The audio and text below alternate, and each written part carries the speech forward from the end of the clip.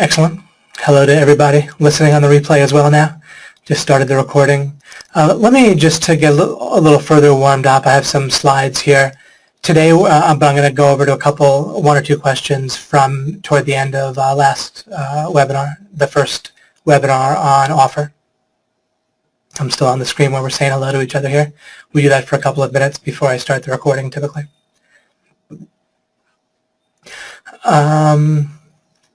We're continuing to talk about offer today, and when I say offer, I don't just mean your product or your service. I'm giving you a sort of total, kind of profound and simplified, but in a good way, simplified way to look at business and monetization, but also to look even at your relationship with the world, relationship with yourself, so to speak, and most certainly this applies with romantic relationships, and even friendships and so forth. And then even in the business world, or when you're monetizing, in addition to any product or service, you have an offer with the people you might joint venture with, right? And yeah, that's pretty much that. Everything else is more like a product or service. If you're consulting, then it's like a service. But really, one thing I noticed several months ago, maybe a year or so ago, was that, hey, wait a second, everyone I know that's really making a lot of money, or maybe nearly everyone, I guess we have a kind of one-man gang model a bit that people follow to some extent. But really, even then, there's usually what people do is they get started, they start to build something, and then they use that to start to partner up with other people that help push them forward and have, of course, complementary skills and sometimes even complementary kind of outlooks, right? Where Mike is more extroverted, I'm more introverted. Mike Long, right? That I originally I still work with Mike, but he was the person that I first teamed up with years ago. So even, as I said, even when you're monetizing, then thinking about your offer regarding people that you can partner with is a very big deal, because that absolutely was kind of my ticket to riches, so to speak, was to start to partner with people in the right way. And then another thing, in addition to your offer, you'll start paying more attention to what other people's offers are. And that will, as you, we all do this to some degree, of course, but really, who was it that wrote to me? It was Faith, who posts here a lot, probably listening today now. She said she doesn't comment too much on because she's busy taking notes. But she was talking about how she was looking at creating like her business plan for herself. And before I talked about offer, it was like her whiteboard, I think even a literal whiteboard, was all cluttered with different thoughts and ideas. And maybe like the word offer was in the corner somewhere. But it transformed her thinking about it from last webinar when, as I started to show you, that you can think just in terms of offer, but not as a synonym to product or service, as we'll continue with today, but as your total, kind of the totality of your situation, and not one offer, actually, but offers, like offer as a concept, not offer as one specific thing that you have to offer. And to further illustrate that, if you have a website and you have a sales funnel, where maybe like a little bit like us, where maybe someone might opt in with their email, well then there's some sort of offer typically of why someone will give you their name and their email, what they're giving you and what you're giving them, right? And then there can be a series of offers leading up to an actual attempt at a sale, right? Or if you have a potential client, you might, or you go to a Chamber of Commerce meeting and you do a site analysis for certain people. You might even have it prepared in advance, as Stephen Floyd talks about, because often you can know who's going to be there in some way. I haven't done that particular thing myself, so I'm a little vague on it. But just if we take that example, then there's an offer where you're giving them something and you're not really looking for something in return overtly, but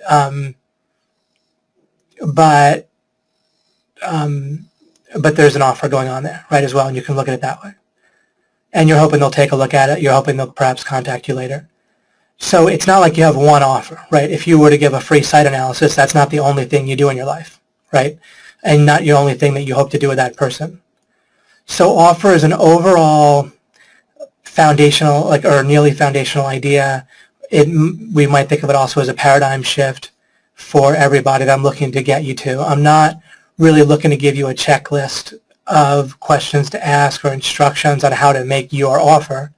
The problem with doing that, I'll give you what I wrote this on a slide, but with what I'm giving you, you can make your own checklist or checklists for things, no problem. And it's better if you make it yourself anyway. But I'm doing this not to kind of justify doing a webinar. I'm doing this, I created Alchemy in the first place because I needed to share these things with you guys. And as cliche as it sounds, I mean, I'm pretty much really doing it for you guys. And so what that means is that I think about what's really going to be helpful for people, right? If I came up with a checklist, 10 things to include in your offer or 10 questions to ask yourself in order to do an offer, then realistically, I mean, would you really use that? You know, it would fill up a webinar, it would look very structured, right, and so forth. And people might use it in order to get to the same place we're getting to now, which is to kind of have this understanding of the idea of offer. But since that's what we're looking for, then I look at how to convey that kind of overall understanding and framework, and there'll be plenty of details. I mean, of course, we talked for 3 hours plus last time, and we'll be talking more. I'm probably going to be framing even the next several webinars, maybe even the rest of the way through, up to through 30, in terms of offer, and then specifically I might talk about conversion or getting leads, new prospects separately from conversion, and I might talk about product separately in addition to this webinar or service and what you might do there. And I will frame that also in terms of offer. So we'll continue with this. Hey, lots of more hellos. Great. Right, Norma, log into your members area, and then there'll be a webinar schedule place, and there'll be a link. Great. Okay, good. Great, got some new people here because of special ops. All right, and now let me pop over here to Elizabeth Engin's question just to kind of further get us rolling. And again, what we're trying to do here, at least, especially in last webinar and this webinar, is to explore the idea of what I mean by offer and kind of have that paradigm shift and look at it from different angles, and I'm going to give you different details. But it's to kind of look at this whole idea differently, or maybe it's not totally different. It may be for a lot of you. I've heard a lot of feedback that it is, but one way or the other to kind of see it accurately. Elizabeth wrote last time on Saturday, I haven't listened to the whole webinar, but I'm struggling with being able to structure my time and serve all my clients. How can I have a better mindset around feeling in control of all that I need to do? I feel as though I have to learn it myself before handing it off to someone else to do and being able to do it with ease. One interesting thing is I haven't really managed to do that myself much really ever, and I've gotten to where I've gotten to. Some things are pretty hard to hand off. We tend to, I talked about last time about what people tell us what our offer should be, right, and how we should do things.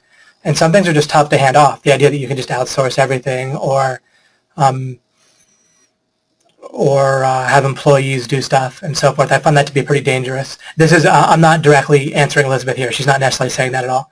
I'm just giving some thoughts sparked by this comment, and I'll ideally be answering it as well. But I don't want you to take it like I'm over-interpreting her what she's saying or looking at it negatively. But I use this as an opportunity to point out some things.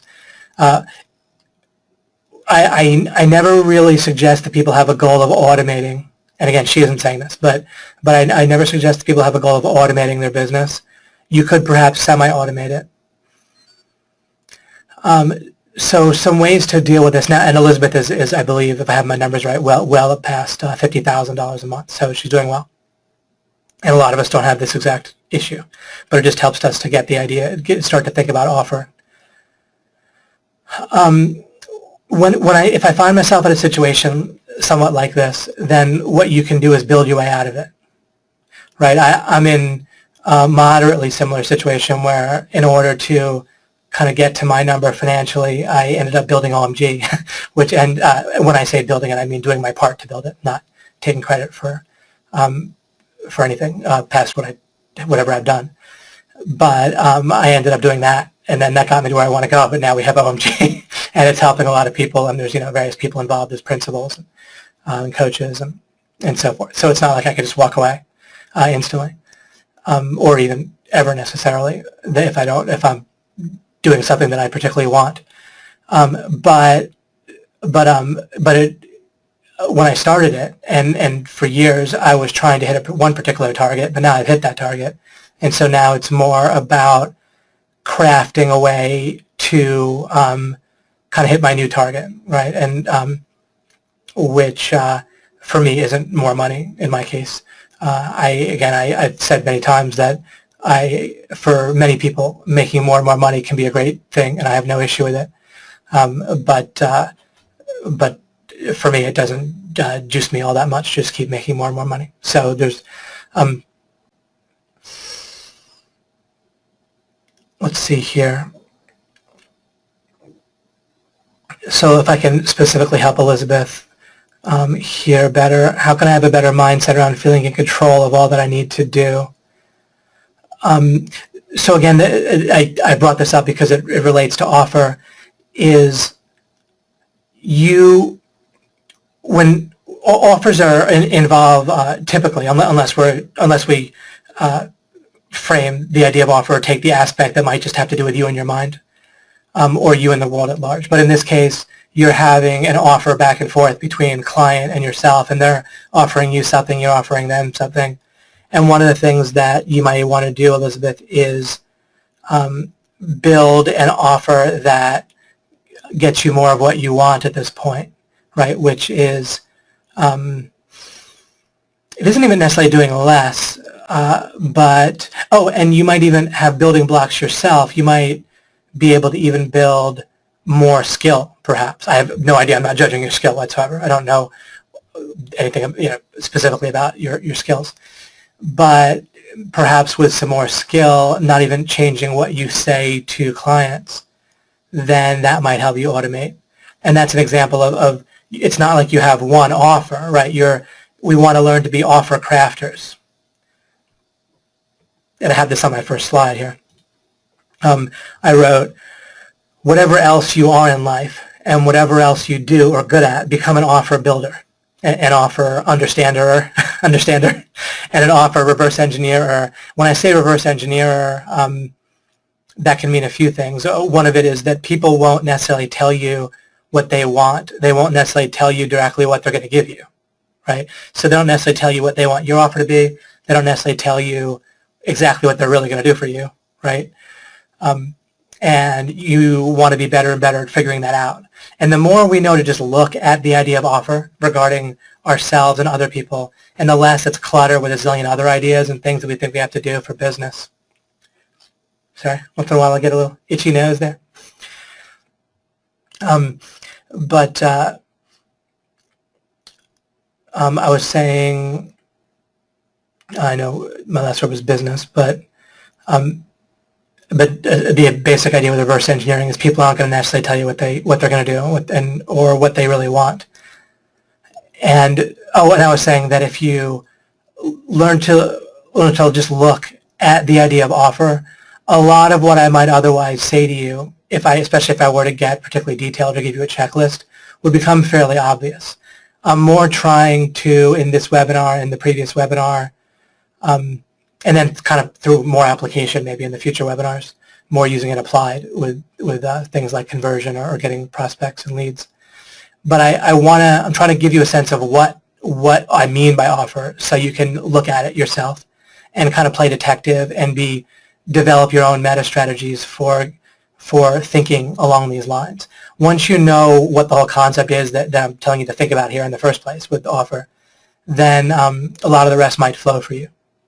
That doesn't mean I'm going to turn the webinar off right now. Of course, I'm going to keep talking about this. But that still gives you a sense of if you just know what I'm talking about in order to look at it, then that right there is going to be your magic. And let me point out another thing, and I'll get back to Elizabeth and one other question on there. But there's part of, remember again, what I'm trying to do for you in this webinar, in addition to last webinar, is to tell you like what I mean by offer. In essence, like build the concept with you, which people might otherwise call defining it, but I don't think in terms of defining words, in terms of other words. I want to build it for you in a different way where, like I'm doing, not just like give you a so-called definition. But you will have a further indication that you're getting the meaning that I intend when I talk about offer, when it relates to something that's actually anti-fragile. I can't claim credit for that term. It's an awesome idea. I don't even have the author's name off the top of my head, but the book is literally called Anti-Fragile. He got famous writing a book called Black Swan or Black Swans, referring to very unlikely events, but that are kind of likely to happen at some point anyway, even if they seem unlikely. Like something unlikely is going to happen. But anyhow, the idea of anti-fragile is a really cool concept. What the author pointed out was he would ask people, what's the opposite of fragile? And they would think, and they would reply, something that's very strong, right? Something that if you hit it, it won't break. But he pointed out, actually, how about a concept of anti-fragile where if you whack it around, it actually gets stronger or better by being whacked. Not just that it's rigid, but that it actually improves from being whacked around. Normally people's self-image, the way they have it, it's quite fragile, right? We pay a lot to protect it, including an opportunity cost. We pay a ton to protect our self-image, right?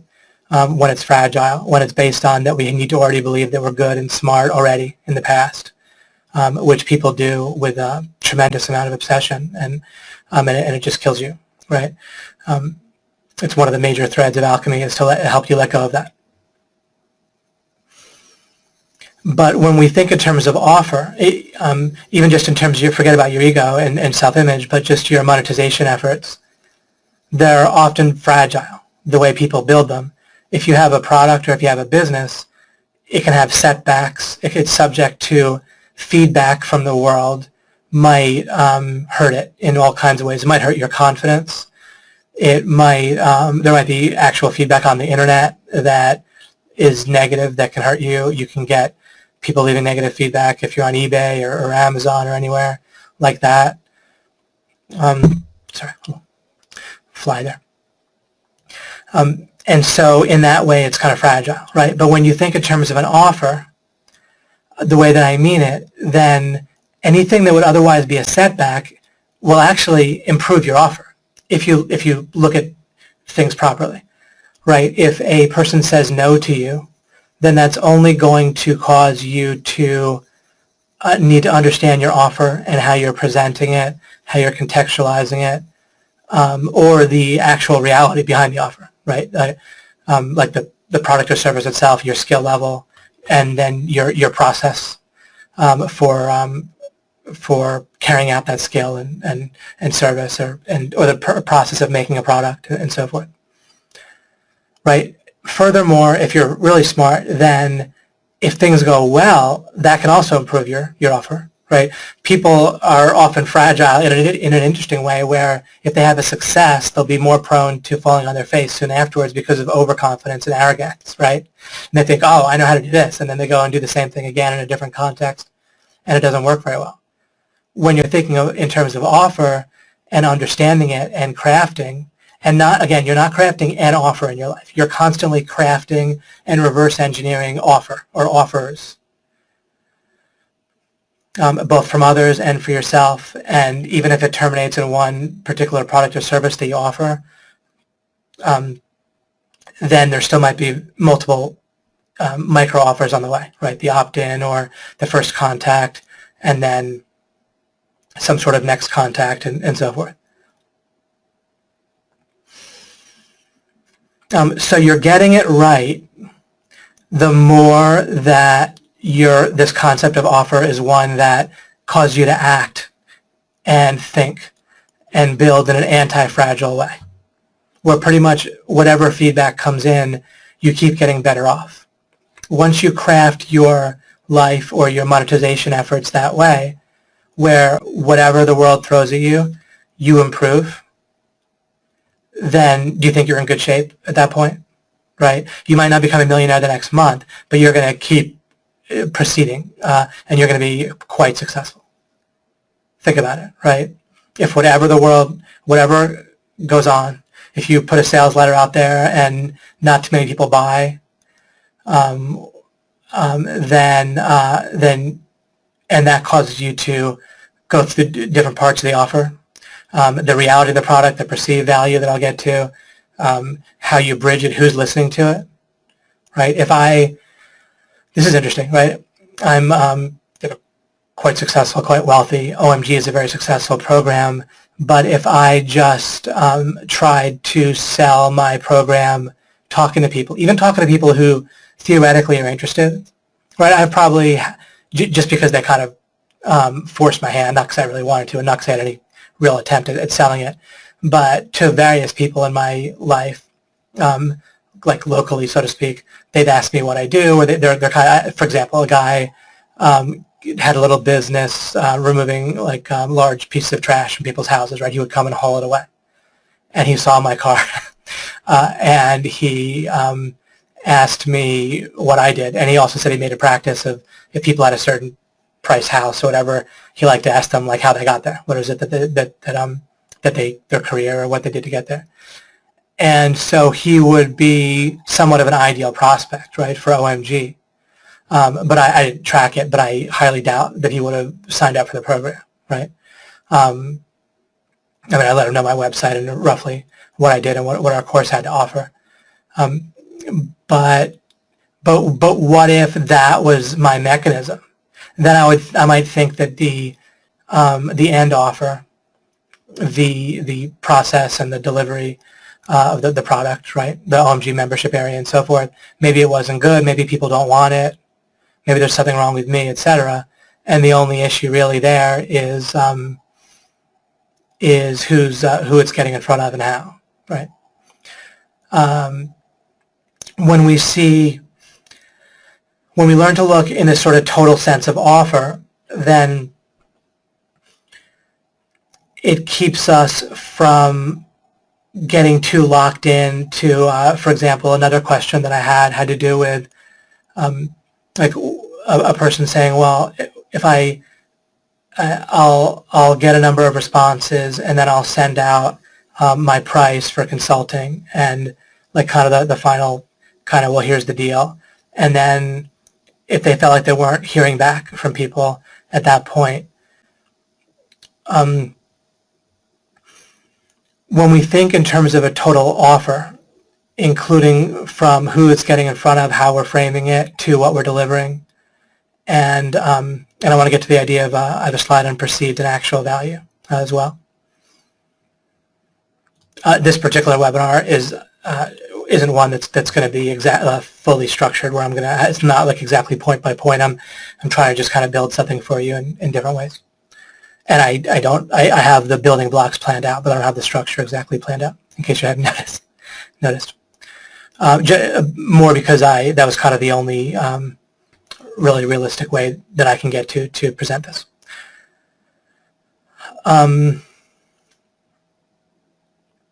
So a few thoughts then about, I was talking about sending out like a price. I think they were saying like it would send out a price of $1,500 a month for doing some SEO consulting. And you can, there's a number of places where you can intervene to try to build up the whole process when you look at it in terms of offer. And including that we really need to see what is it that the other person wants, right? Like, my guess is that if a person's running into an issue with making the final sale with consulting, right? It's a model that hundreds and hundreds of people have made work. Then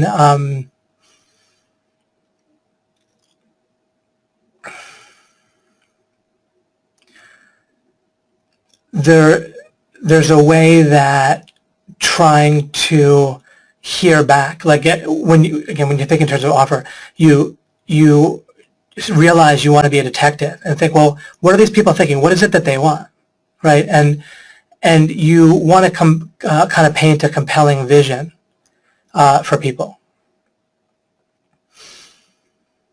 I know a little bit jumping around, but it's kind of like painting in a picture here. It doesn't really matter where you paint necessarily.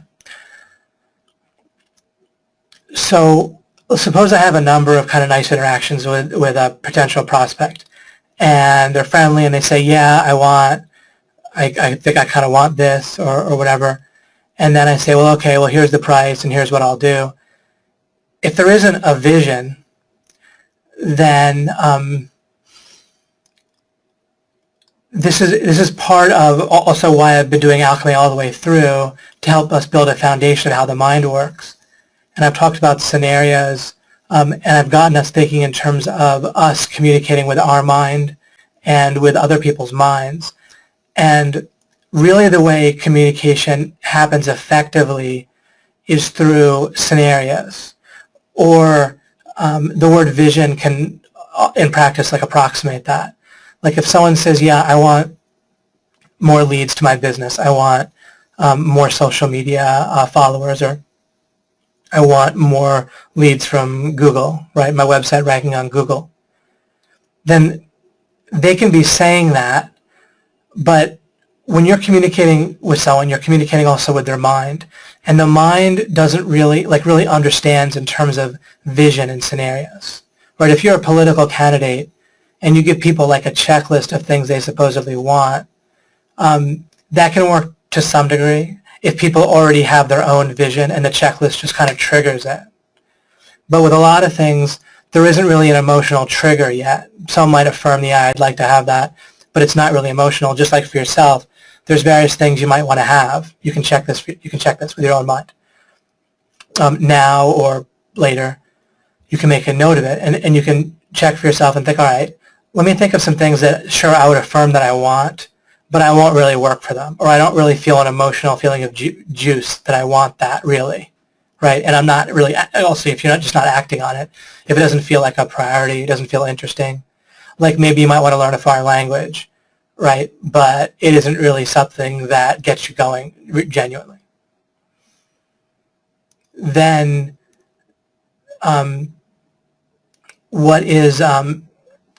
what's really going to connect the dots there is a vision. And so part of understanding offer is realizing that when you're communicating it, you need to speak in terms of a vision, right? And clearly if someone's a politician, if they speak in terms of a vision, then that is, that's very powerful. Also, if they give you kind of a negative, well, this is a little bit different, but it's another hint on things. If people come up with a word or a term to put with somebody, like a name to put in front of their name, or kind of a like low energy or something, then it can cause your mind to categorize things in a different way. So, and I'm actually planning on talking about that when I give you a little preview when I talk about conversion. There's a series of categories we need to get into often in people's minds before they're open, and we need to, before they might want to buy what we have, regardless of whether they might want our product or service. And there's also some categories that if we pop into, then we're kind of locked out. And so thinking in terms of that, it's in practice, in one sense, a little bit like objections, but it's also very different than that. And it will give you kind of a new, as we often do in Alchemy, kind of a new, deeper understanding, or kind of an aha angle on things that might otherwise look like objections or resistance. And we can just think in terms of categories that we need to qualify for in people's minds. But that'll come up. But for now, I wanted to point out this idea of, oh, and the contextualization, actually, part of this will have to do with that'll relate to categories as well in the future. But I want to point out that if someone's in that position, I think it was Megan that asked that question about sending out and what you might call an offer or a proposal, and if she doesn't hear back, then there's a way that ideally we want to communicate a vision to people. Is that always going to be the case in every time that an offer is made and accepted? No, not necessarily. But if you're having trouble, there's a great place for you to think about is how do I create a vision for people. Now what Cotton does is he has an illustration that makes it simple for people to picture. And this turns out to be a fine vision for plenty of people, along with him getting in all the right categories otherwise and so forth. Also, when someone comes to you, then you're in a very different category than if you're coming to them and you're like knocking on their door, so to speak. Right? So more a little hint about categories there. But Cotton talks about, look, regarding his Google SEO, part of his business, he'll say, look, I'm a taxi driver. I deliver your website from where it is to like the top 3 or so of Google for certain keywords, right? For your keywords, and then period. And there's the vision, and it's simple, and plenty of people just find that compelling in its simplicity, and that's that, right? But see that there's that. It's like a scenario. It's a bit. We can think of it as an illustration, but it's people can grasp it, and they can want it, right? If someone could pretty conceivably want something, then it qualifies as kind of a shortcut for what do I mean by vision. It's kind of conveying a kind of real world picture of something they might want. Like words can convey a vision. Obviously, I just spoke in words to you, right? But they also might not, right? So you need to check: is something being described that someone really might want? Any counterexample to when that's not necessary to have a vision is when the person already has a vision and you're triggering it with just words. Very much like if we were doing an engineering course right now and you guys had a lot of engineering background, or chemistry course and you guys had a lot of chemistry background. I know more about that, so I'll just use that as an example. Then there's a bunch of words I could use that would trigger a mental picture for you, similar to a vision, whereas someone that didn't have that technical background, it wouldn't trigger anything. They just have no idea what we were talking about, you see? So similarly, when you're making sales, it might not be obvious that this idea of a vision matters because if sometimes you're talking to people that already have a vision and you're just triggering it, then you don't know what's going wrong if they don't. Let me relate this to dating just to further illustrate it. And there's a whole lot of parallels where it's easier to see something with dating, and it applies just the same to business situations. There's differences, of course, between romance and business, but there's a lot of parallels. If you are on either a first date or even later on in a relationship, sometimes you've dealt with people where they already have a picture of, or they're making pictures of you and them in the future, and they're excited and they're happy, and they're doing that. Or you're doing that for yourself about the person you're with. We can also imagine if one person's doing that and one person's not. Let's say you're picturing yourself so excited being happy in a month or in 6 months, and you have these mental pictures of you guys being together, and they're not. But in the past you were with somebody where they were making those pictures and you didn't, it just kind of happened without you realizing it, and it was good. But then that previous relationship ended for whatever other reason, and then you're dating again, and then you're hearing back from people, they're not that enthusiastic after the first or second or third date, or you're together for like a couple of weeks and they're like, I just can't see us together.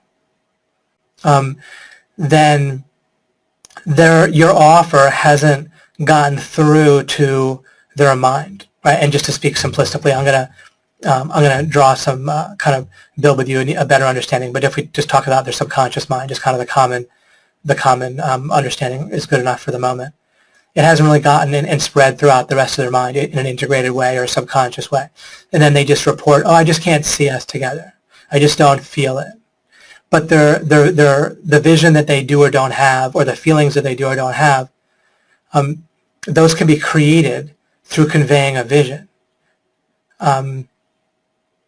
You can literally paint pictures. You can be on a date with someone. It could be the first, second, third, fourth date. And a lot of people overlook this. And there's a neuro-linguistic programming term for this called future pacing. like you're walking with them, but in the future. And you don't just come out of the blue saying something like this, but kind of in the context of conversation where it just feels normal. And then you kind of paint a vision of something you guys might do in 6 months, and that you're still together and you're looking back on this time, and this is when you first met, and it's been exciting and been nice and that kind of thing. Now, just because you say it doesn't mean they get the vision, but then you can tell if someone gets a vision for themselves, then their face is going to light up to some degree, or they're going to elaborate on it a little bit. And if they're not doing that, then what you said might not have been very effective. And you might be able to ask questions, or if you're in a business situation or any kind of one-on-one conversation or presentation, even with multiple people, this might be possible. But if you get them to expand on the vision or give you a sense of what they want, and you can get them started, or you could say, yeah, it'd be fun to, like, let's say you guys are talking, you're on a date. I'm just switching back and forth here, but I think you can get the picture. You can be talking about something you might do in 6 months, but you can leave it a little bit open-ended and get them to kind of fill it in and say, yeah, man, like suppose we both were able to take off work for a week. What would be a fun way to spend a couple days together, do you think? Right? And if they just kind of grunt non-committally and say nothing else, then you're probably in trouble, right? And you might be able to spark something, and you might not, but at least you don't get too thinking that they're crazy about you. But if they kind of light up and they start to expand on things or do something like that, then you're in great shape. Once you guys are working on a vision together and building it together, then the sale is in just terrific shape, right? And then obviously just by using the word sale, I'll kind of cross back over into any kind of business situation, including a joint venturing situation and so forth. And then by talking about a vision, you can also start, now you're on a playing field where you can do detecting, you can do building, right? So inside of a vision, you can look, you can seek, you can detect, and you can build. You can make adjustments. And you can, together with the other person, you can expand on the scenario. You can add a little bit, they can add some, you can ask questions that elicit more. If you just ask somebody questions outside of you guys operating within a vision that is somewhat shared or very much shared, then it's like you're just putting them through the third degree, right? Or they can just give you kind of false answers. But if you guys are operating within a scenario and a vision, then it's much more likely that you're going to have a real meeting of the minds. And when you're in a vision with somebody else, so to speak, in the way that I'm talking about, and that might be an odd phrase, in a vision, but I think you know what I mean now. When you're having a conversation and that involves working on a vision with somebody else, you're actually that's when you're kind of most able to shape that person's mind in a way that can be helpful, right? Including, you can put in things like if there's an issue that you guys run into, where or maybe they spot something that they feel like they're hoping you'll do differently, and that's going to come up in the future, right? When you're working with someone in client relationship, or certainly a joint venture relationship of any type, and then people are going to end up being passive aggressive in most cases, and they're not going to really know what to do, and they're going to worry that you're going to get all upset, and that's part of what you can build in your vision, and it's almost like becomes like part of your offer together. You see, where if you can say that if they spot something that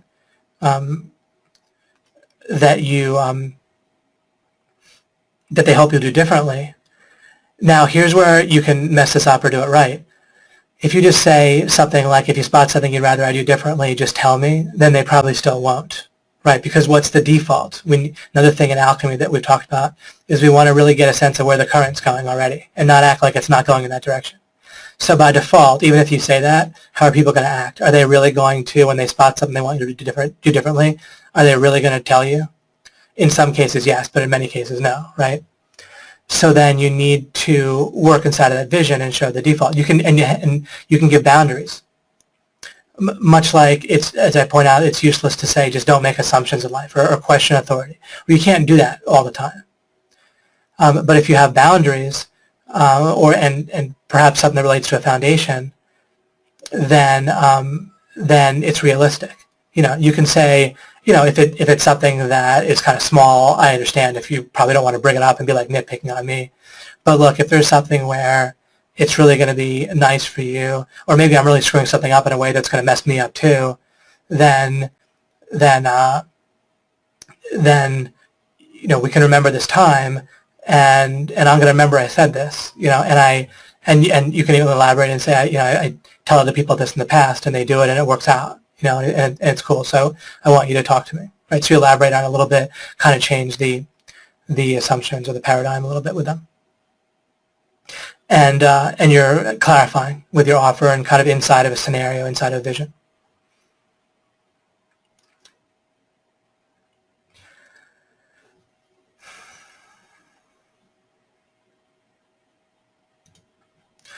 Okay, I also want to take a look at George's question, but let me see if I've wrapped up with Elizabeth. So she writes, how can I have a better mindset around feeling in control of all that I need to do and being able to do it with ease?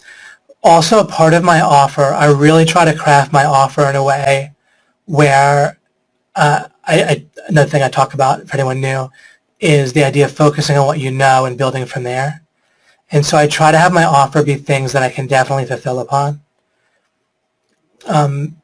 And especially, even if inevitably there's some parts of the offer, especially maybe implicitly, that are not like totally within your control, then you can have enough indicators involving things that are in your control, and you promise those things. And maybe to get off the ground, Elizabeth or anyone else, you had to sort of stretch and promise things that you particularly weren't sure if you could fulfill them. But once you're okay and you're not so desperate, then you can really try to craft an offer that is going to be more naturally in your control. With my industry, so to speak, I don't think of myself as being in a particular industry or niche, really. But at least in terms of what people will project onto something like OMG, I remember early on having a conversation with Mike, and we were thinking the offer that people tend to want to see from something roughly like our website or our business at OMG is like push button millions, right? Like, oh, it's so easy. You just do a few things in this software and our blueprint, and you make all this money, right? And there's so many pitches like that, and they work still. But that's beyond out of our control, right? Like, besides the fact that it's basically fraudulent, right? But so it's not even like it's a stretch. It's just unhelpful. Even a person who otherwise would be very successful in a good program, you give them that pitch, and now they're expecting that, and even with the same training, they won't be successful because they're expecting the wrong thing. But it's generally like the first thing people are looking for, the easy answer to what people want. But it's not, in that case, it's just not deliverable.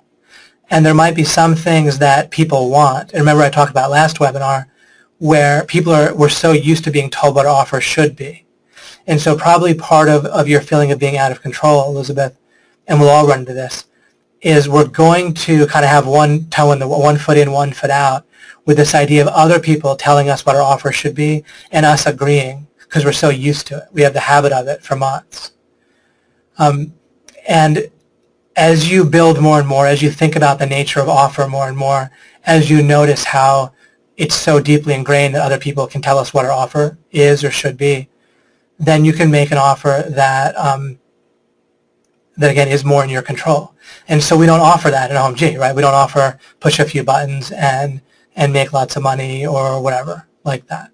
And I really try to make it as clear as we can. We still need to present a compelling vision.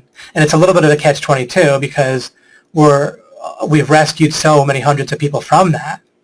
And so we need to be compelling enough. And this happens with getting web traffic for clients.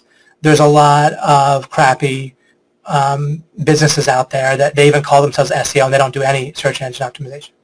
Or they might call themselves reputation management or social media management, and they don't do really any of that. They just pay for some ads or do practically nothing. And so they'll call themselves something similar, and they're either fraudulent or close to it or at least kind of crappy. And on the one hand, we want to rescue people from that. and they're used to hearing these pitches. Oh, well, why would I want your program? If this other guy is telling me, you know, just push a few buttons, or I only have to pay a few bucks, and I get all these leads from a SEO person, and they tell me they'll do it in days or weeks, when, you know, really to rank a website will take 6 to 9 months or more. In many cases, not always, but in many cases. So if that's what people are hearing, right, prospects are hearing, it's tough because you want to rescue them from it. But then, again, you need to, you work on your total offer. You find a way to provide something great in reality, and then find a way to present a compelling vision over time.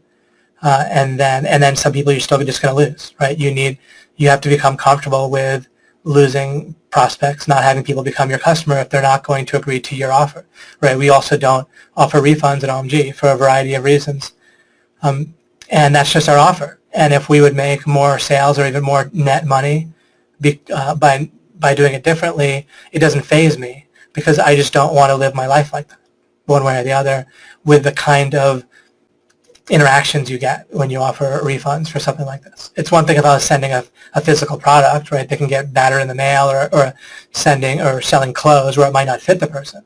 But here we make it clear what we deliver, and I also give things that are clear that they can match between the sales letter and what people get, right? You get live webinars about these certain topics with these particular people, and then that clearly happens, right? And so that helps. But ultimately, when you're desperate, but otherwise, but then as you build, then you want to build an offer that works better for you, in addition to building an offer that works better for other people. And that's why I'm a big believer in getting spending under control, including for your ego and your public image and your private sense of self and status, because then you're not having a confusion or something messing with you while you're trying to construct and build an offer that's going to work for you as well as other people. George wrote, David, about 45 minutes ago you talked, and this is on the previous webinar, you talked about make plans that won't fail. And yeah, this is good because I wanted to read this one too. This is the only other question I'll look at from the last webinar, but it relates to what I have on this slide. And you followed with some statements that I was unclear about. Can you fail to build building blocks to your offer? Can you fail to keep improving the building blocks and so forth? So I talked about making plans that won't fail. I may do a webinar for Alchemy just kind of focused in on business planning. But as you learn to look in terms of an offer, right, and this relates to the anti-fragile thing, it's pretty exciting. I mean, it's dealing with money for many people, including myself, especially until I hit my certain target. It's fraught with fear, right? And most of the time if people aren't feeling fear when it comes to money, it's because they're in a temporary situation that, like, they have a job that they feel secure in, or they're working for the government or something. That's just kind of like making it so they don't really realize that things might be difficult or get messed with, or they might actually lose their job. Then all of a sudden they're afraid again, right?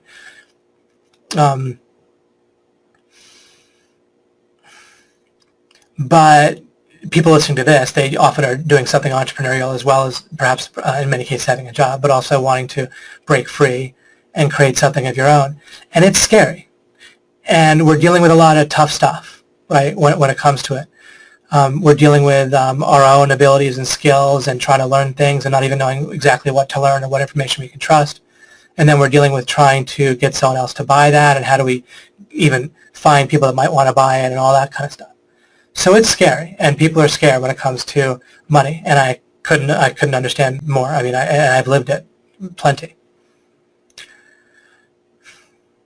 But this offer idea, when you look at things this way, and I just didn't realize until it was within a year ago that I really understood this clearly.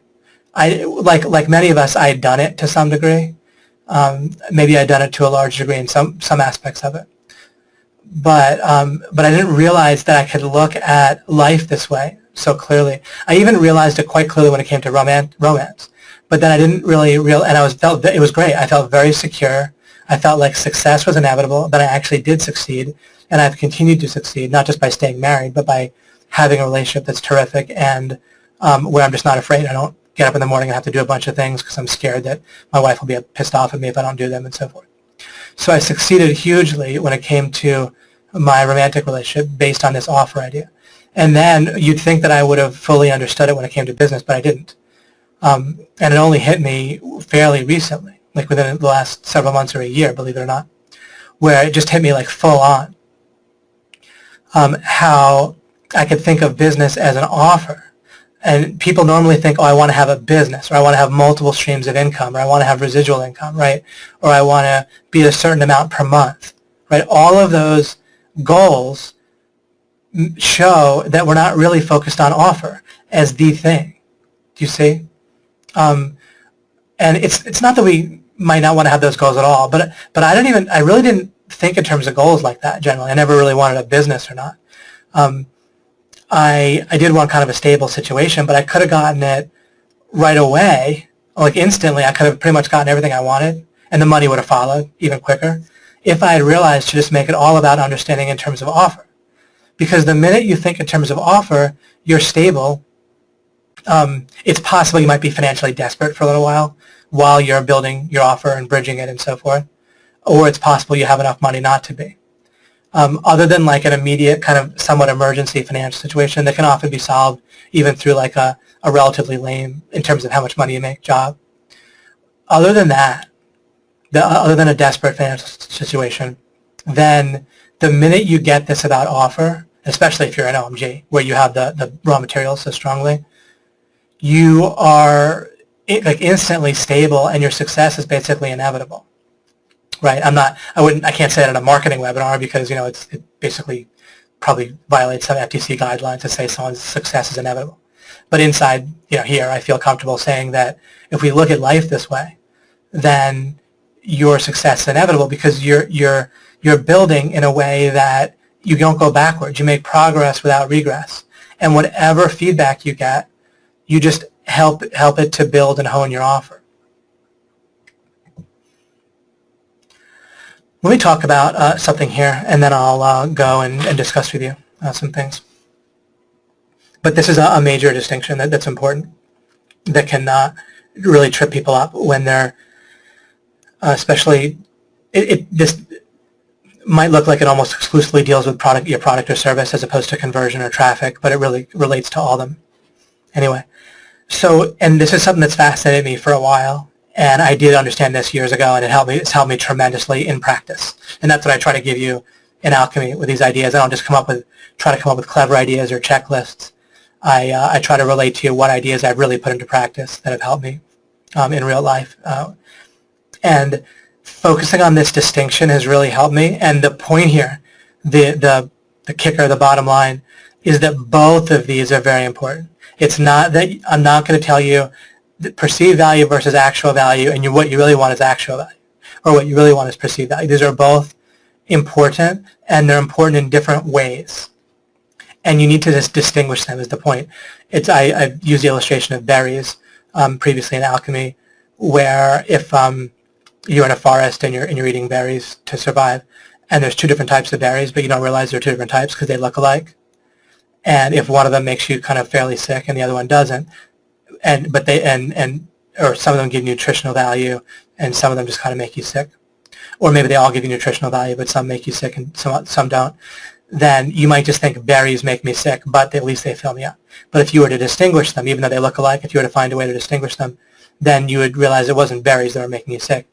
And now you could, of course, get the berries you want and not the ones you don't want.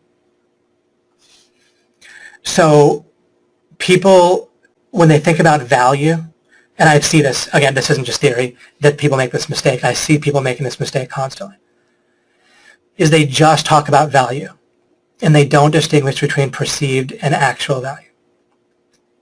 And this will lead to all sorts of either mistakes or missed opportunities or things missing as you craft and present your total offer. And remember, you're not just creating one offer, right? The offer repeats itself all over the place in your life, in your business. Also remember that as you think in terms of offer and building blocks, and then you get more and more flexible, you get strength from your building blocks, and you get strength and flexibility, which is ideal. And as the world changes, you adapt quickly, and often you come out more and more ahead. Another anti-fragile thing. So it's not about, remember, don't accidentally turn offer into a particular product in your head, or service, or business. We're talking about not making your offer as if it was a synonym for either a sales presentation or the end of a sales presentation or your actual product or service. Offer is a concept. It's a paradigm. It's a place to stand, to look at the world. It isn't like again, either a presentation or product. The world uses it that way, and I'm using it different, right, as a total paradigm.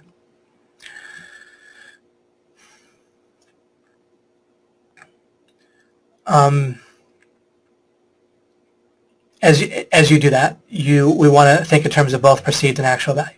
So what does that mean?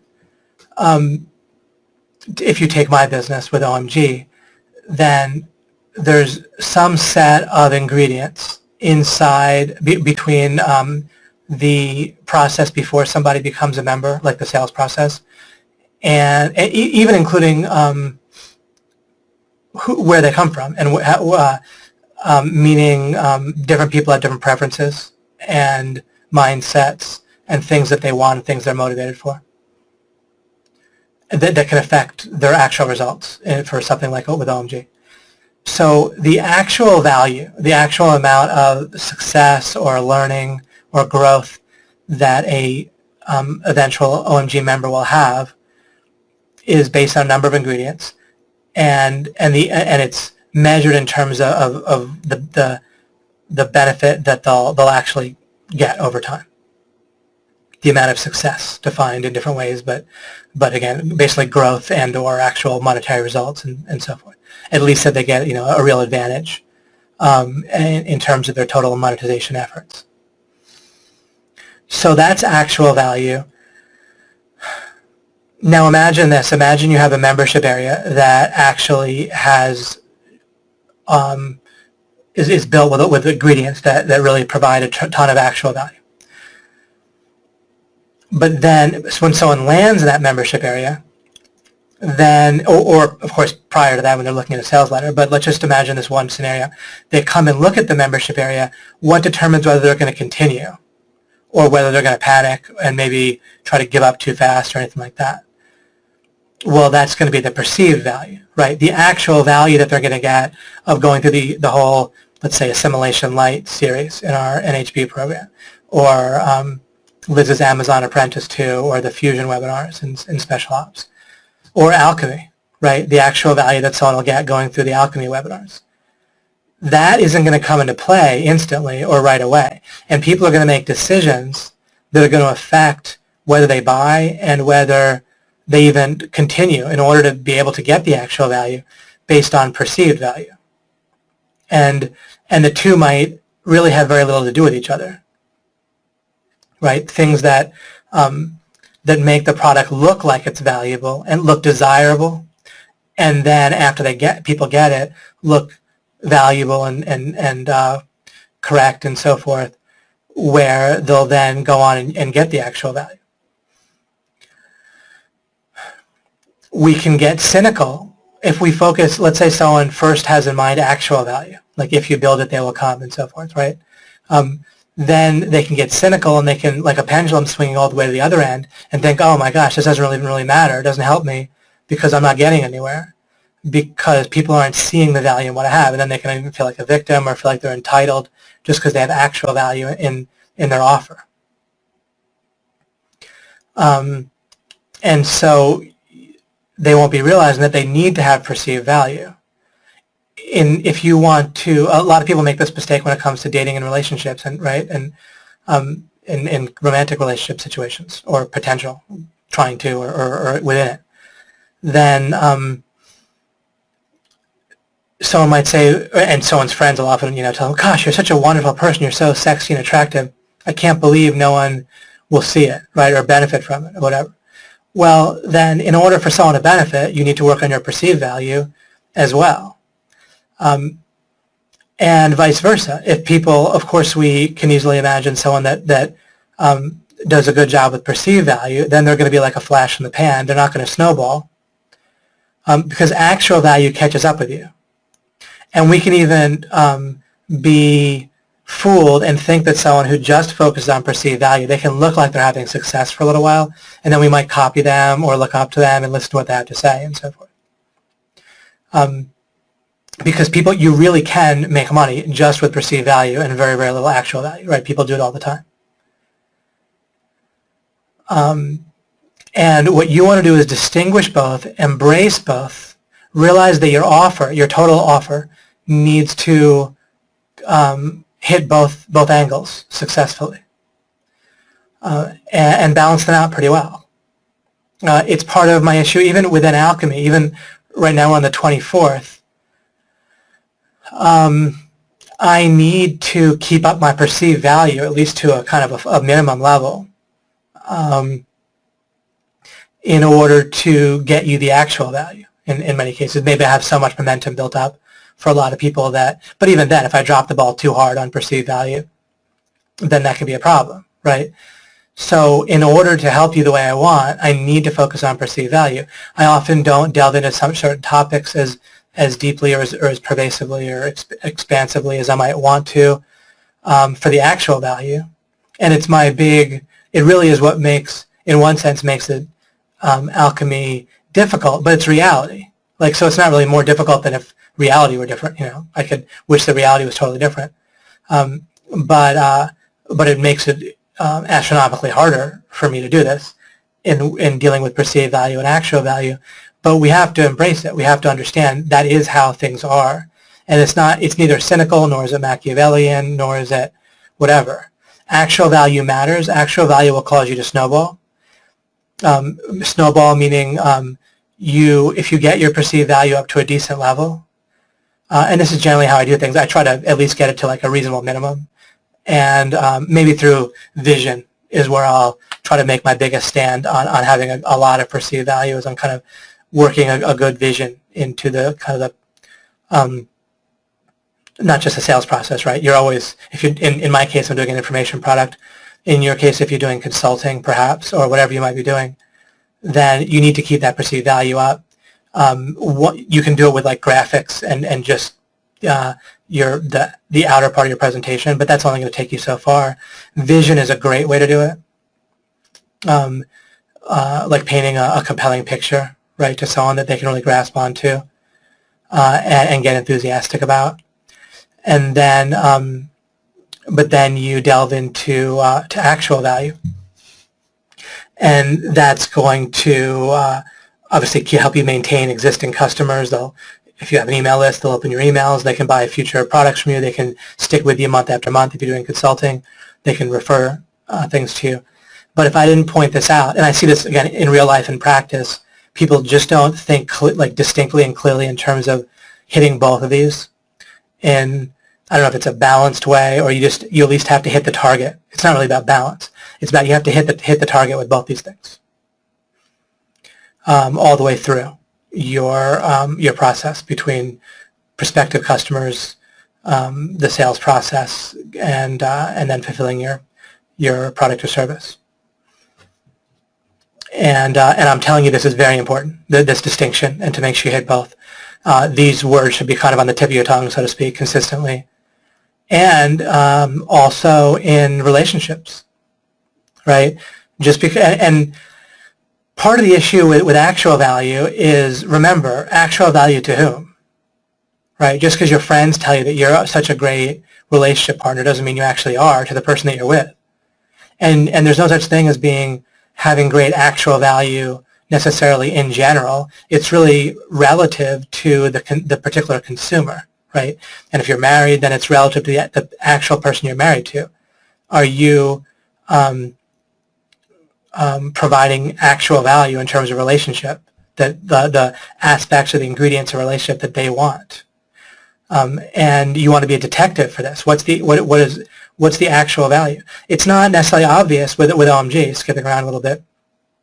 With OMG, I happen to know because I had 10 years of experience teaching a course with accelerated learning. And having people to have to be successful with that, including reading faster and stuff. And so I had to get actual results, actual success.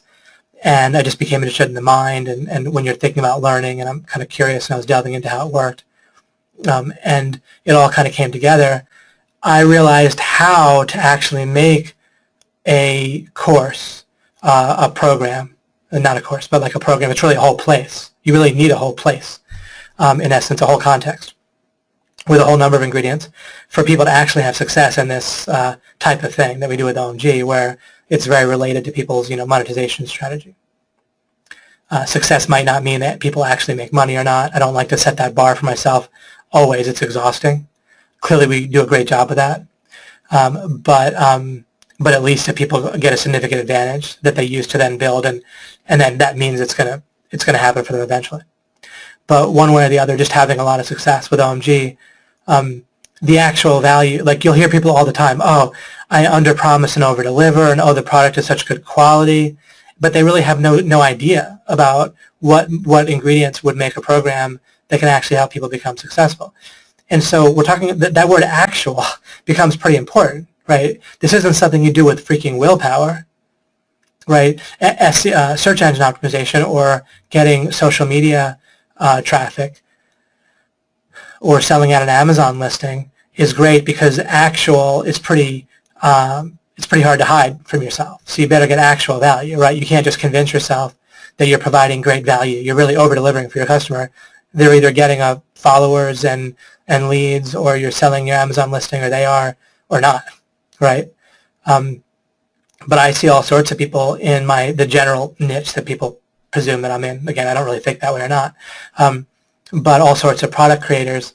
Their product isn't like a scam in many cases. It's legitimate in many cases. But in terms of actually helping people become successful, it's just not happening in the vast, pretty much across the board. And yet they'll feel convinced that they're over-delivering and so forth. Although there are a few places where people really do succeed actually, and outside of OMG. But Alex Gould's awesome affiliate course, so Alex came through OMG, and is a wonderful contributor to OMG. But his affiliate marketing course, we've just gotten so much great feedback about, and he's gotten a lot of success with people. But I want to stress that actual value is something that's measured by the real world, right? Again, we get and so what happens so much with teaching in general? Wouldn't Alchemy be easy if I could just give you guys a checklist at the end of each webinar where if you can complete this sentence and match this word to this word and define this word, pass a little quiz, then now that's just perceived value basically, and it might even up the perceived value of Alchemy, but it's such BS, right? And that's how, but we're so used to that in terms of training and teaching, and almost where people feel like there's an issue with it being missing. In that case, I kind of point it out rather than just do it, because I feel like it's actually, or I'm quite certain it'll be actually counterproductive for you. Sometimes you have to make choices, right? I need perceived value to be above a certain level. I need to hit the target with that. If I absolutely needed a checklist like that to hit the target to keep people going, I would do it, because better for them to keep going than for them to fully give up. But as Alchemy's played out, then people do keep going, so I don't need that crap. But it's literally counterproductive because it gives you a false sense of closure, right? That's the scam, and I don't even mean, now it's not in our niche, now it's in like traditional teaching that the government even approves of, and and well-respected colleges doing everything. They make their own tests and then administer them, and then tell you that you're getting value. And it's all one big circular scheme, right?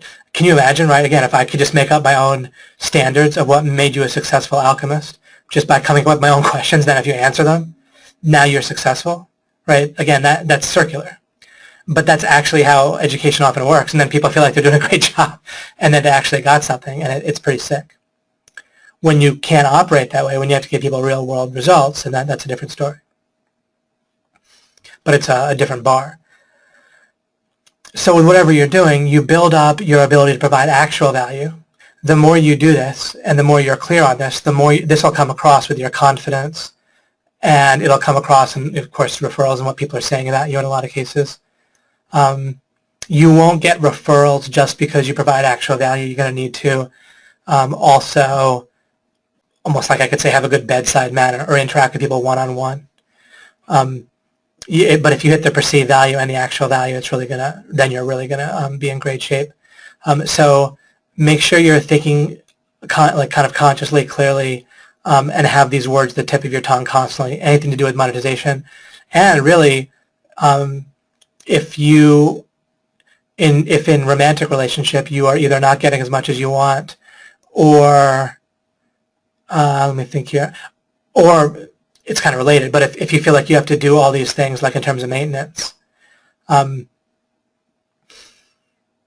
then make sure both the perceived value and the actual value is there. And if you're proactive about this ahead of time and do it right, then you won't have to do it. The more you're proactive with your offer, then the less, as we talked about last time, by default, the world's going to impose your offer on you, including a romantic partner.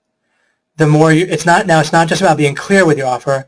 Then you maintain the perceived value of your offer, and you maintain the actual value, which is relative to the consumer or your romantic partner, or of course people you work with in business or client or customer. So you maintain these consistently, right? And or improve them consistently, perceived value and actual value. Another thing I do in OMG is have a breaking news section in your members area. That helps connect people to actual value, but it's a feeling of energy and things are happening. It's all real. Again, I do my very best, and I can't even think of anything off the top of my head hardly at all to improve the perceived value that is counterproductive or that even is vacuous, like kind of empty calories. But I try to especially find ways that double, that are reasonable with actual value, or help people consume or appreciate actual value. That increase the perceived value. But the breaking news section, it gives a feeling of energy and that we're there. And of course with the live webinars where people are there interacting, then that increases the perceived value. The perceived value of recorded training is less than live webinars to a degree. You kind of get the highest perceived value, again, and actual value, because it really is the best. It's good to have a mix of both recorded training and live webinars. The recorded training is a better medium for teaching certain things in a structured way, and then live webinars are better for a number of other ways, better with energy. Sometimes it's more, it's just you're not even going to get a lot of ideas out of people, myself included, and other coaches, unless they're partly doing live webinars. They just won't think of them until they're live and they're interacting. And so that mix increases the perceived value and the actual value. But I think about both, and not just, you don't just do it once, you maintain it, and remember that both of these are relative not to you, but they're relative to the other person, right? Now, you're doing it to get something back from the other person typically, right? Especially in business, in relationships. I'm not being cynical whatsoever when I say that.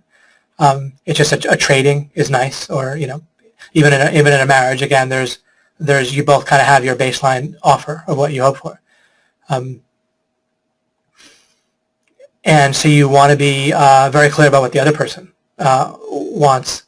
And let me just introduce this last concept. And this also relates to Elizabeth's question. Let me see which slide we have here. What is it that you want, right? And again, that can sound a little cliche or whatever, but boy, do people miss out on this. Again, in practice, this is very important, and people absolutely miss it. And I'll prove it to you, I think, just pointing this out with relationships, is people will provide all sorts of perceived and actual value in a relationship, romantic relationship, right up until when? Right up until when they lose the feeling, when they don't feel like it anymore. So, and then their offer drops off. And this happens constantly with people, including in people that stay together in marriages, right? But their offer drops off. What they do, they don't do as much as they did in the honeymoon period, do they? Why is that? They might have just as much clarity or whatever as ever on what they're offering, but they're not making sure they get what they want. And so if you don't, and this relates also to Elizabeth's question of how do I get more in control, how do I get more control of my time? Well, you need to make sure you get what you want more. When you're starting out, then realize that what you want is to get started. And you're, in a sense, desperate, but not really in a negative way, just in a realistic way. You're kind of desperate to get started. But in a good way, you want it. You want to get the ball rolling. You want to get started. You don't even know what questions to ask. You can't, it's hard to refine your offer unless you're playing the game, right? Unless you're on the field. So you want to get started. If you realize that what you want is to get started, then you freaking value that, and you, people will often ignore the immense value to themselves of getting started, and then they'll ask for too much money, or they'll complain to themselves about providing too much value in return for what the person's demanding, and so on and so forth. But if you realize, hey, I really need to get started, and I definitely operated this way, right? And it was huge for me. I knew I needed to get started, and I traded plenty to get what I wanted, right? And I got it, right? I found an offer, perceived an actual value that, and you'll often be treated worse and have to do more stuff and have to twist yourself more in pretzels and knots and so forth in order to get the ball rolling for yourself. But if what people will do is they'll ignore the value of getting started, and then they'll just look at the other value, like the amount of money they're getting or whatever else, or they're also needing their status and their ego, but they're having to kind of eat stuff I don't mean food, like eat, kind of being treated sort of badly, or like they're of less value or whatever.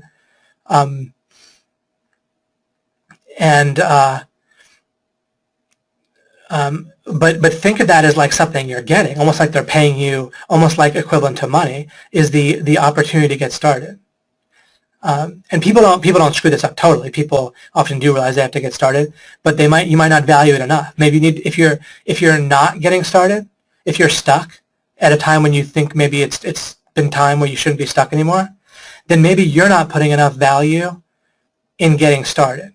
And what I mean is, you're not the other person's giving you getting started, and maybe you're spitting on that.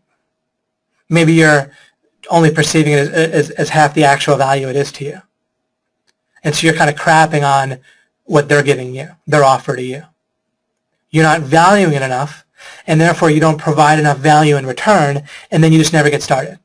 You're never able to make the trade because you can't stand it. You want more. You don't value what they're giving you enough.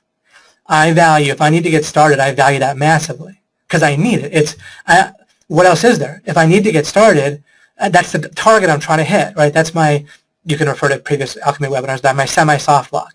I'm identifying something that if I really focus on it, I can get it. If I really put my resources into it, and if I get that, then all I have to do is be competent after that, right? And then this is another example where people go for something harder, what I call like a soft block instead of just like a semi-soft block. What do they want? They want a deal where they hardly value the fact they're getting started. They're even trying to pretend like they're not, right? They're trying to hide it and act like they have a secretary and a whole conference room and a whole business and whatever, right? And they've done this a million times before, and they have a million LinkedIn recommendations and everything that they've traded for. And you're trying to act like that doesn't even exist, that you're getting all that value, and then and they're going for that deal where they're making a deal as if they're not getting this huge amount of value, but they are. And so the deal's actually lopsided, where you're getting way the better end of the deal than the other person is. But then they never seem to accept it, and you're wondering what's going on. You see?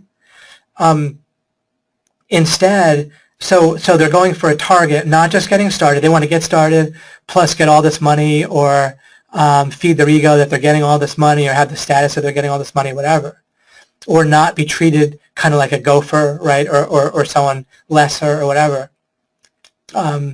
When, in fact, if they just targeted getting started, then they could easily hit that if they just valued it enough. And if you need it, you trade what you have to for it. And there's another little hidden thing here that I can give you a hint about, and that is, if your price is lower, you need a reason. If you just charge a lower price with no reason, then that's not going to help you. It can even hurt you. if I just chopped the price of one of the OMG programs in half, it wouldn't necessarily make more sales. People would feel like something was wrong with OMG, right?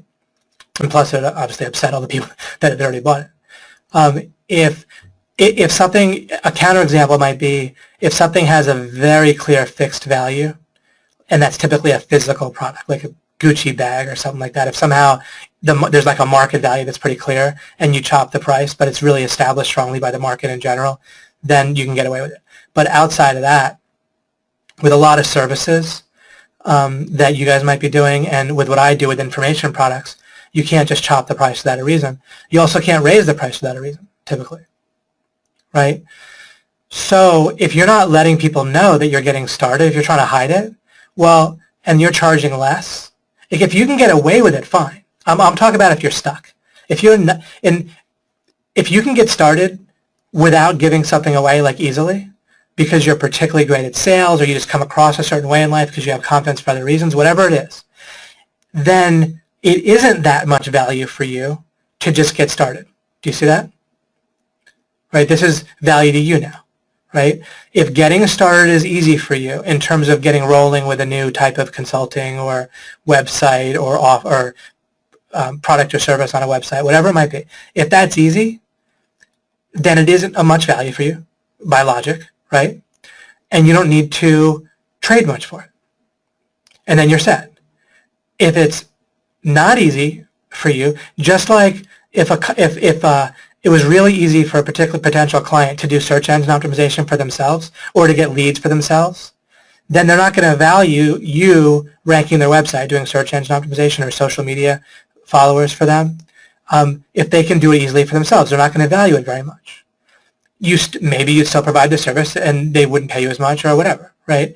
But they're just not, realistically, if they can get it somewhere else, if they can get a similar effect or result fairly easily, they're not going to value it as much. If they really, really need it, then they'll value it more, right? That's just the way it should be, right? It makes sense.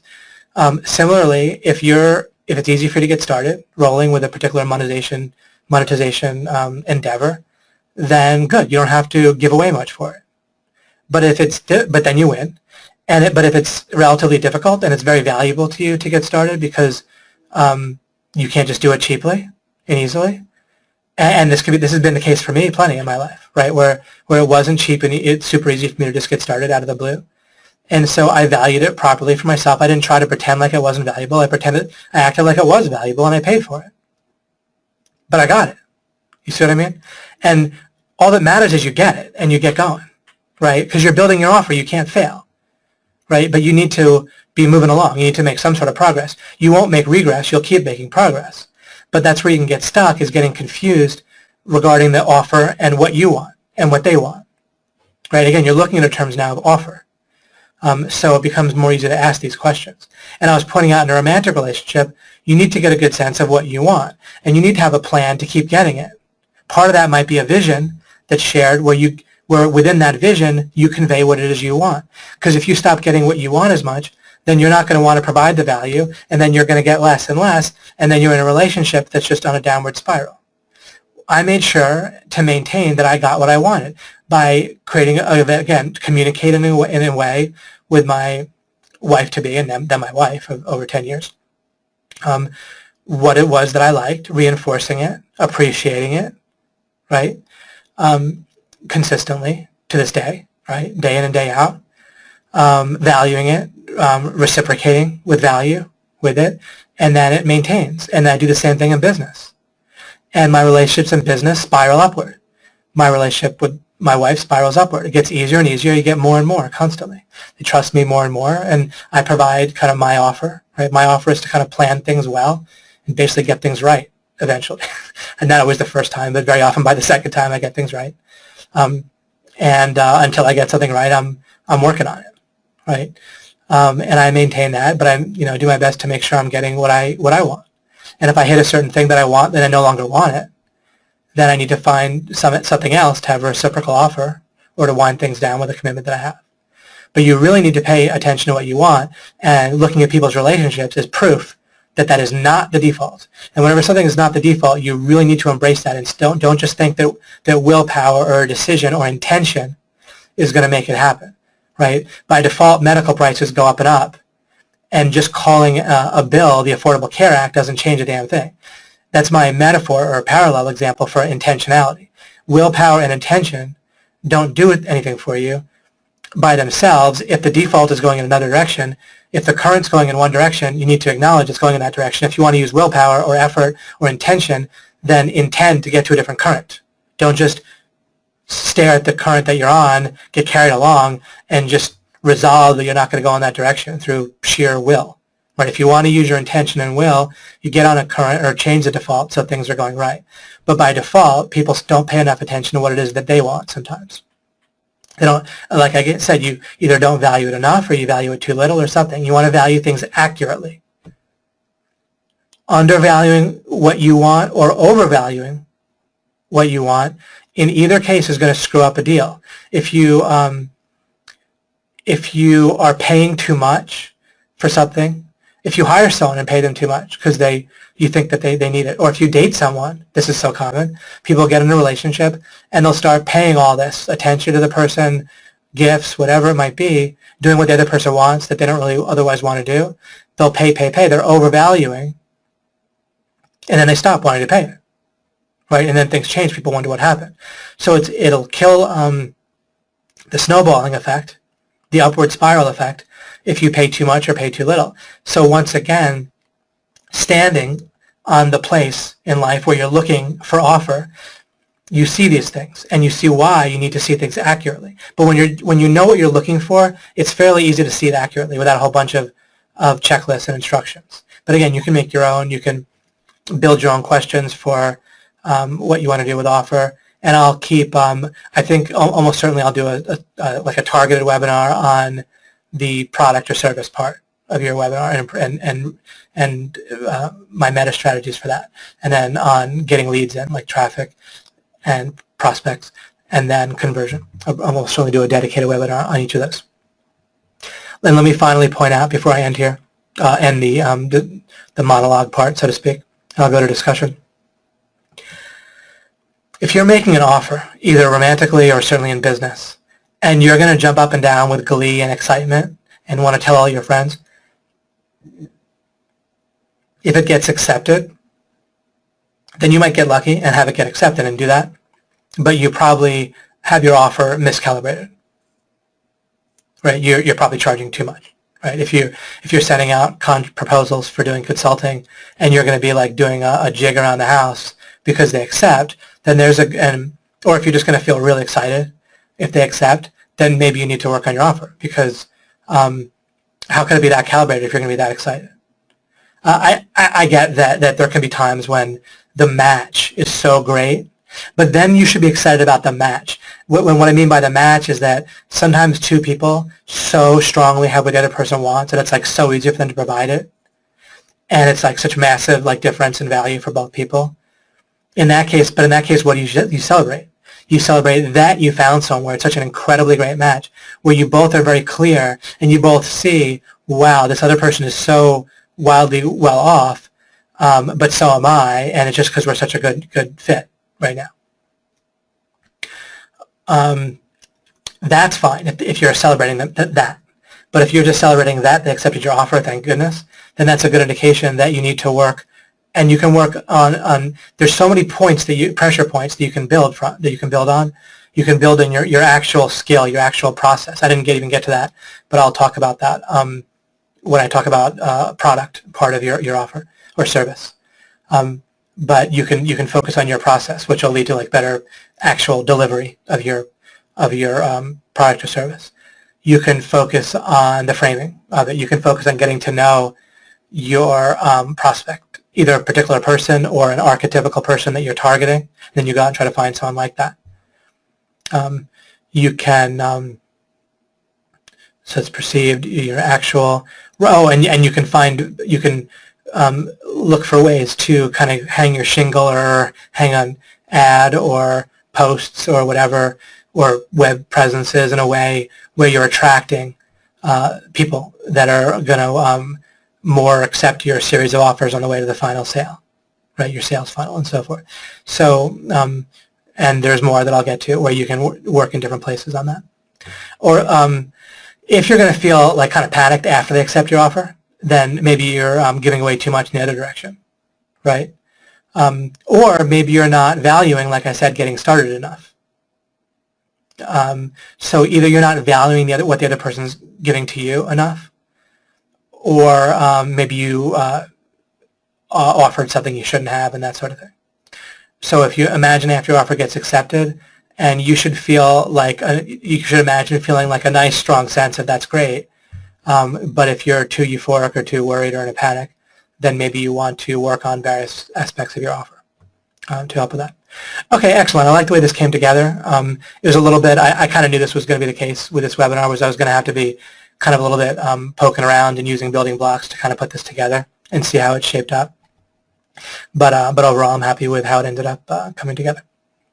Sometimes I have more of like a clear, like, all right, I have this particular breakthrough that I'm going to give to you. Clearly, it's going to get across, and that's going to be exciting. I didn't have exactly that for this time, but I did have a series of distinctions that I wanted to make sure I communicated, and that's that. Okay, guys, let's go over here, and we can talk to each other. Refresh this. I'll start at the end this time, just randomly. Sometimes I start kind of an hour behind. Jim wrote, but if I see one that kind of jumps out at me that's short and praises me, no reason to not start with that. I love this whole vision concept of the offer. Excellent. Kyle writes, how does actual value and perceived value relate to norms and standards? That's a good question. When Kyle's talking about norms and standards, I talk about how underlying like the kind of surface goals that various people have and what people want, people even deeper than that are these kind of like meta goals or like these norms and standards that people's mind is trying to like, by default, people are trying to like be good enough and smart enough and so forth. You kind of pick that up when you're an infant.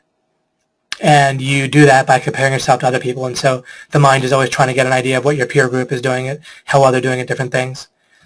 And then also your culture, and you learn all these standards and norms that you're supposed to live up to or exceed or not be too far behind of. By being aware of the standards and norms in the culture, the niche, the region, the situation that you're operating in, if you're dating, there's one set of standards and norms depending on your situation, your age group, the types of people you're talking to, how you were raised. If you're in business, depending on the niche, depending on where you're offering your product or service and so forth, you get a good sense of what different people expect. And then on top of that, and I was planning on mentioning this when I talked about developing your product even better and your offer for your product or service, you want to come up with like specific personas. And they do this very successfully in the book Joy Incorporated, and it's something that I also do, is you come up with a specific person that you kind of build, and it's a little bit of an aggregate of certain traits, but then still it's a specific person with specific traits that might be fictional. And you think about what they might want, what they might expect, and even how they might perceive things, remember. Just because you say something doesn't mean someone else gets what you mean to say, and so forth. So you can use norms and standards, especially for figuring out the right ways to have the right perceived value. They probably don't relate too much to actual value. It's probably more of a perceived value thing where you need to match and the kind of expectations and basically right, what's normal, what's normal for a good thing, what someone might expect to see from someone very competent in a particular niche that has a particular product or service. But again, it's certainly a place to look for your perceived value. Actual value really takes strategy to figure out what's actually going to solve the problem. Oh, another thing I could have said with actual value is you're solving a problem of some sort, especially if you define problem in the kind of expansive sense, but that it's often used as, where people see it as a problem if they don't get to their goal even faster, right? So you might be giving someone something purely good, like a movie to watch. You're solving the problem of they want entertainment that night. So in kind of the expansive form of the idea of problem, not looking at problem as like negative connotation. But the actual value is something that as they use it or consume it, or that you just provide, it's particularly easy if you're providing a service, then you just get your processes, which your process lead to like your skills better and better. right? Where you can actually provide more followers or visitors to a listing, or followers or visitors to a social media property, or a Google ranking in Google, a site on Google, and that sort of thing. If you're providing the service, again, the actual value is just mostly related to yourself and just doing it for somebody. With what I do, where I'm basically, to put it simply, teaching, then actual value relates to really bridging it with people and basically surrounding them and not giving people a false sense of closure is a huge thing. So much of teaching gives people a false sense of closure, of feeling like they got it when they don't have anything really of actual value, in order to just kind of, and that relates to what I said, people are afraid, right? Why do you give perceived value that will actually be counterproductive to actual results, is if you're afraid. And you're acting on that fear, and you're letting it, kind of take over and control you. But people do that a lot.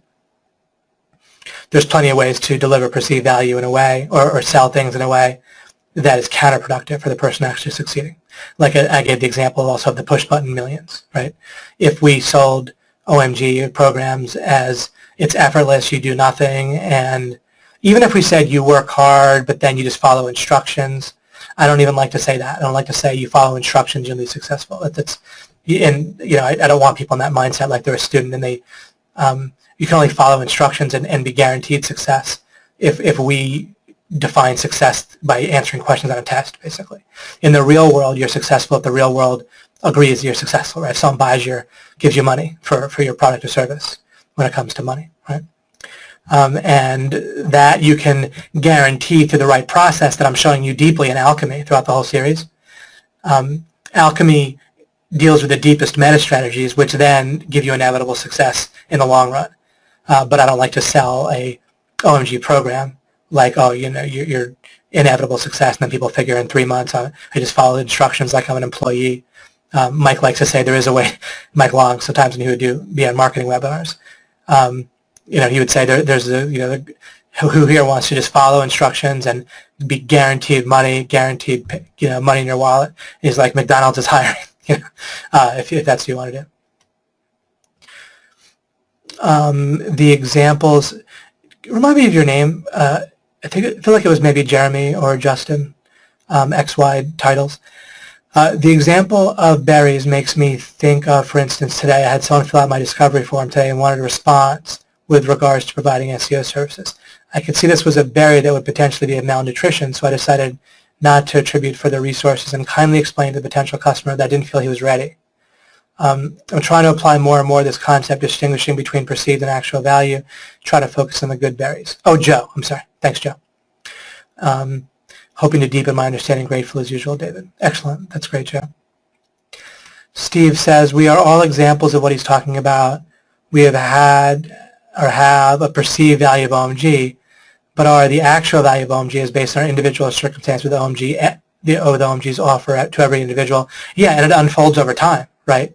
It can take a few months or even a year to actualize the actual value, depending. Matthew says, so actual value can't be defined by you. It's only actualized on the success of the client. Is it like that?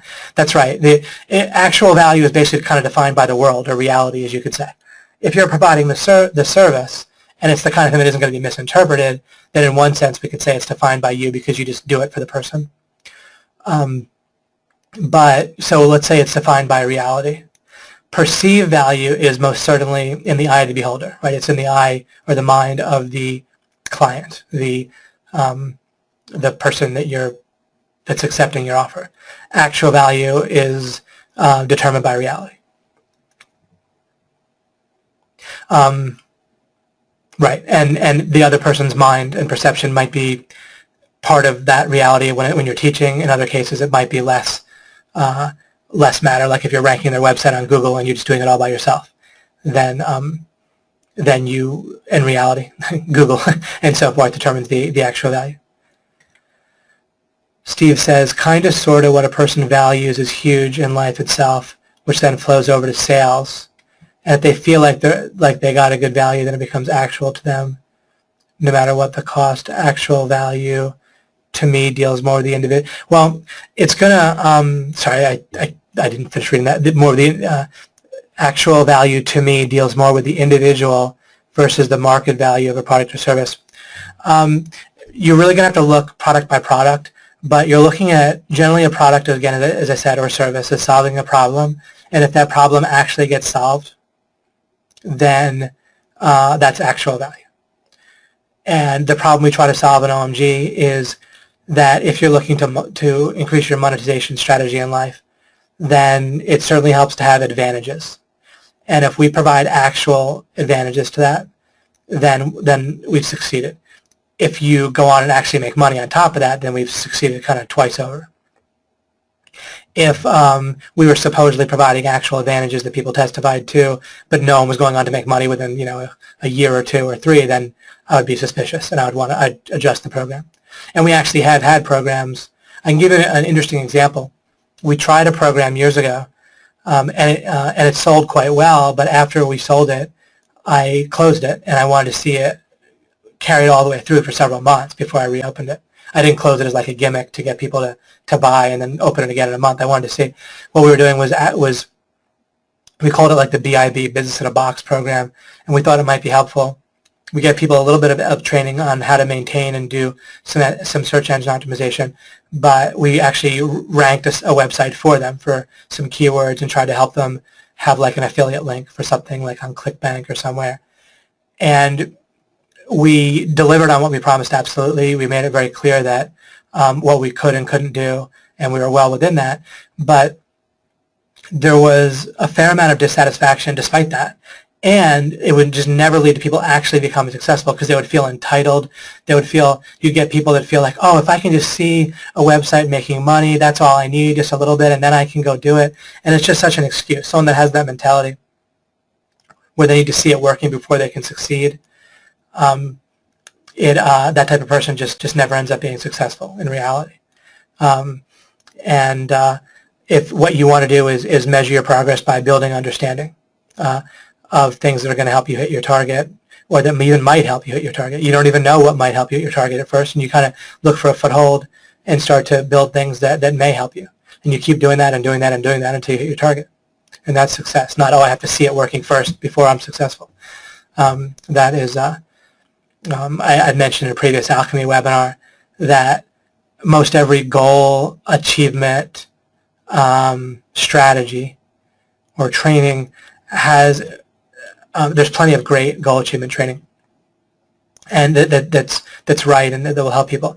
But it tends to carry an assumption, or people often read in an assumption as well to it, that that you can tell what's progress is, that you know progress when you see it. But actually, there's all like progress. Plenty of times in life, things can look like progress towards a goal that aren't, and plenty of times things that are great progress don't look like progress. And I'm saying that kind of quickly, but if you develop that for yourself, if you want to, and apply it to some scenarios, you'll see that's very true. I've also talked about it at length a few webinars ago. But that's a massive mistake because a strategy that's going to work in a world in which progress was apparent and clear, and I've talked about local peaks as well, but where it isn't possible to get stuck in a local mountain peak, right, and not get to the highest one because you have to go through then a valley to get to a higher one. That's not how the real world is. In the real world, there's all kinds of things that seem one way, but they're another way. And we need a strategy for life that takes that into account. That's why I talk about you have to seek to understand what's true foundationally. What people do is they assume they already know how to see know how to distinguish what's true, and then they go from there. And that leads to massive problems. I said that it's fairly profound and deep, but I've elaborated on it greatly in Alchemy and explained it. It's kind of what Alchemy is all about in essence, in one way of thinking. Okay, so I did Matthew's and Steve's. Jim wrote, I can relate to putting value on the process of getting started. Exactly. Definitely, if anyone gets blocked getting started, they just don't value it enough. Anyone that values getting started enough will get freaking started, right? Just the same thing even with jobs, right? If you are humble enough, you will get a damn job, right? Every single person, if they value getting started enough, they'll get a job, and then they can increase from there. And it's the same thing with working for yourself, so to speak. or monetizing something on the side or whatever. Right? I don't like to distinguish between you're just working for yourself or you're not. But you put enough value on getting started. You focus on it enough, and you'll get started. And that's that. It's just that people are trying to skip over that too much, devalue it. Jamari wrote, David, in effect, by maintaining and hitting target of both values consistently, the perceived and actual, I'm sure, are you keeping someone over a particular threshold? Yeah, targets and thresholds are basically synonyms in the way that I'm using them. And let me finish reading the question though first before I elaborate. I can definitely see this working in relationships and business scenarios too. Yes, yeah. This is another thing where by default, your mind is going to go linear. But also in a way where you'll keep on paying for something where you're already over the threshold. You already hit the target. And I'll give you a number of examples. One example is people talk themselves out of a sale, right? You can have said enough to make a sale, and the person's going to buy, and then you keep talking, and now you're spending resources, time, and talking, and that person might not even actually buy anymore. You actually lose the target after you hit it. In other cases, people might be learning. And you're learning, and you're in OMG, and you're learning from the webinars, and so forth. And then people think, well, is learning good or no? Well, you learn in order to hit a target, right? You learn in order to be able to get started using what you learn, and then having a feedback loop between some like book or video learning and doing, and so forth. So learning is thresholdish, or it's like hitting a target. But what does the mind do? In a lot of cases, not every case, but in a lot of cases, people treat it linearly, where they just think that more and more and more and more learning relative to a particular endeavor. Of course, in life, you can always be learning. I affirm that for sure. But regarding a particular objective that you're trying to hit in life, there's a point where learning is no longer going to it's going to go linear. And you've already hit the target. You've already learned what you need for that objective. There's a number of things I figured out 15 years ago, and then a cascade of things and so forth. Very roughly 15 in a few year range, and a few things. But then before that, I was learning and learning and learning and learning, including like personal improvement stuff, Tony Robbins, all kinds of stuff, right? But then for years and years, I didn't do a whole lot of learning because I'd hit the target with the learning, and I discovered things that other people hadn't discovered, period. And because they hadn't discovered them, they were making all kinds of mistakes or not able to investigate that new area of life that opened up to me, or that whole new area of investigation that opened up to me. And I'm not trying to be mysterious. I've talked about this in Alchemy already, having to do with understanding how we know and so forth. And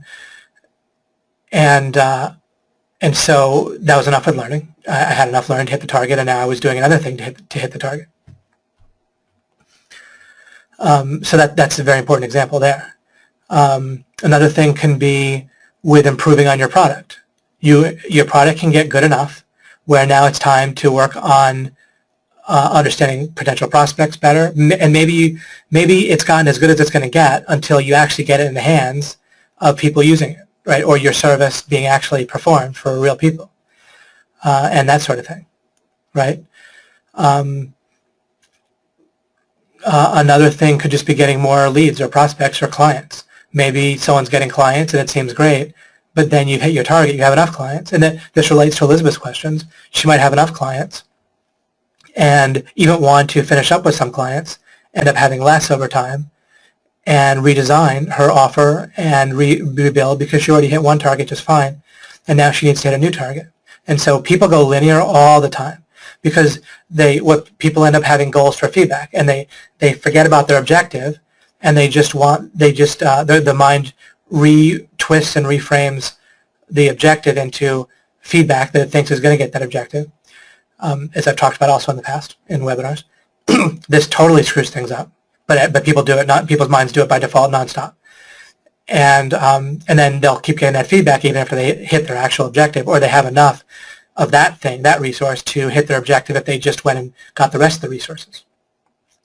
So this whole idea of thresholds and targets in practice, in real life, for me, it's been unbelievably important in shaping my decisions, and I've constantly put the brakes on other people and projects and things we were doing and things that were seeming to give us more stuff in business, and made many counterintuitive decisions based on that. Wait, we've hit that target. They're like, oh, but this stuff is good. We want more. Like, no, we have enough. We're over the threshold. We don't need it anymore. Even like in the sales pitch on a sales letter, I try to write enough that's going to get people to buy. And then if you look at any sales letters that I write, which is the OMG sales letters, they do a lot more than just get people to buy, because I try to get people over the threshold, or the right people over the threshold with that. But then that's enough. And I invest in other things, like having them be successful when they get in, and also having them not expect the wrong things. So they're basically not inherently as a person, but because of miscommunication, that being obnoxious and difficult after they get in, right? And then that just wears on us, saps their energy, and just kind of causes all kinds of problems. So I'm always constantly thinking in terms of thresholds. I said last time that what does strategy come down to? It comes down to alternative use of limited resources.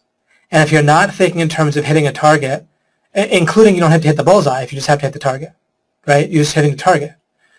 If there's no, when you make a sale, you make a sale, right? There's no extra points for the bullseye. If you get over a threshold, you get over the threshold. There's no extra points for getting higher over it. So people make alternative use decisions wrong regarding resources nonstop, including with their focus and all sorts of stuff, because they don't think about what do I need to hit the target, and I don't need much more. And it's not that you do the minimum, you have a buffer, right? I get that, and I agree with that. I affirm that. So it's not like I'm trying to do minimum all the time, but if I hit the target, I hit the target. And there's various things. I make plenty of decisions and pay additional resources to help OMGers become successful that I don't necessarily need to. But then there's some times when there's something that it just isn't really going to help people become successful anyway. Or it might increase the perceived value, but we have enough perceived value. And so I don't spend resources on that, because there's something better I could spend the resources on potentially. You know, we have a limited resource in life in all kinds of ways, right? Our time, our money, our focus, what I ask other people to do, right? If I ask a coach to do one thing, then that's a resource, right? That's their time and energy. And it's not like they say this, but just based on reality, there's only so much they're going to do for OMG, right? They have to sleep sometimes, they have their own business, and so forth. No matter how much they care, no matter how dedicated they are, there's only so much. So what they're going to do for OMG is a limited resource, and so I'm careful with that, just like everything else. And you can never be a good strategist unless you're nonstop thinking in terms of thresholds and targets, and realizing that by default your mind will go linear a lot. But the more you think in terms of thresholds and targets, the more of a habit it becomes.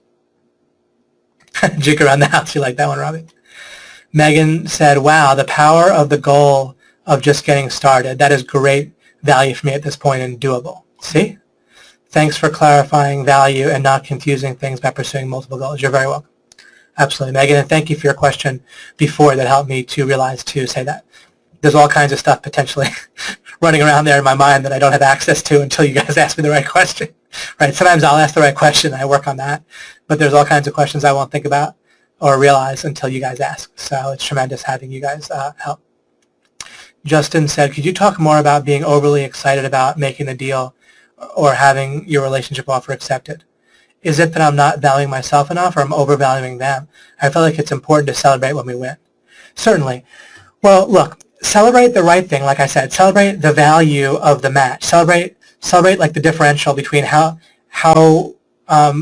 much they want to provide the offer, right? Like, let's say a guy really is going to make a ton of money if he could just get his website ranked near the top of Google. And let's say you are great at ranking websites in Google. You have a system for it. Your methods are down. You're glad to do it. It's not that much effort for you. And the guy who would benefit greatly with his business from doing it, he has no idea, right? It would take him just years. He would never learn if he didn't join OMG, probably, right? There's just all kinds of contradictory, false, and outdated information out there. So if you guys get together, the value differential for each of you, right, and is huge, and you can celebrate that. if I can give you a hint there. And I'm not trying to be like the celebration police or like the word police here or anything like that. I'm not like trying to make rules for you to follow in that way or whatever. I'm just giving you an indication that you can get so excited about the match, as I said. I really think that will help you. Let me see if I can elaborate that without just repeating what I said before. Is it that I'm not valuing myself enough? It could be. However, one hint with both relationships and business is you value yourself when it comes to a romantic relationship, it's relative to the other person. And not like it's all in their head, but obviously there's some, you're a guy, there's some girls out there, and I point out I don't make the assumption everyone's straight or at all, but just for the sake of simplicity.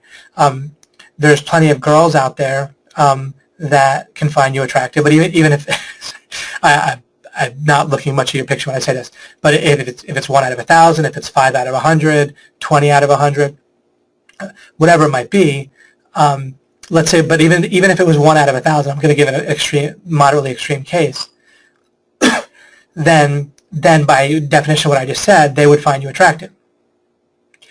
So are you attractive or not? Well, there's no, in that case, there's no baseline reality, right? There's just, certain things are inherently in the mind of someone else, some things aren't. So when you're talking about valuing yourself, then again, once you think in terms of offer, you look at the situation, look at the scenario. And I don't have like a whole checklist in my head of, in this case, it's in the other person's mind. In this case, the reality dictates. I just think about it like in the moment, like with Google, with ranking a website on Google, or offering that service, then the actual value is there if you actually rank it on Google, right? It's not in somebody's head. If the value is in the phone actually ringing for the client and you rank their website on Google, but then if the client has crappy conversion and their website sucks in terms of people coming to it and wanting to call, then there's no actual value in that sense. And that wasn't your fault or not, but it's still, the actual value isn't there if we define it in terms of they need the phone call. So as soon as we kind of draw out the situation or the scenario, it becomes pretty obvious where the actual value is. And so you just want accuracy when it comes to valuing your offer. Forget about yourself. You as a self don't have a value. It's value relative to what's the problem that you're solving. Do you see? So forget any sense of valuing yourself. Value your ability to fulfill on a particular solution to a problem. And then that's determined by reality. And it can be increased by increasing your process, getting a better process, getting better understanding, getting better building blocks, resources, and so forth.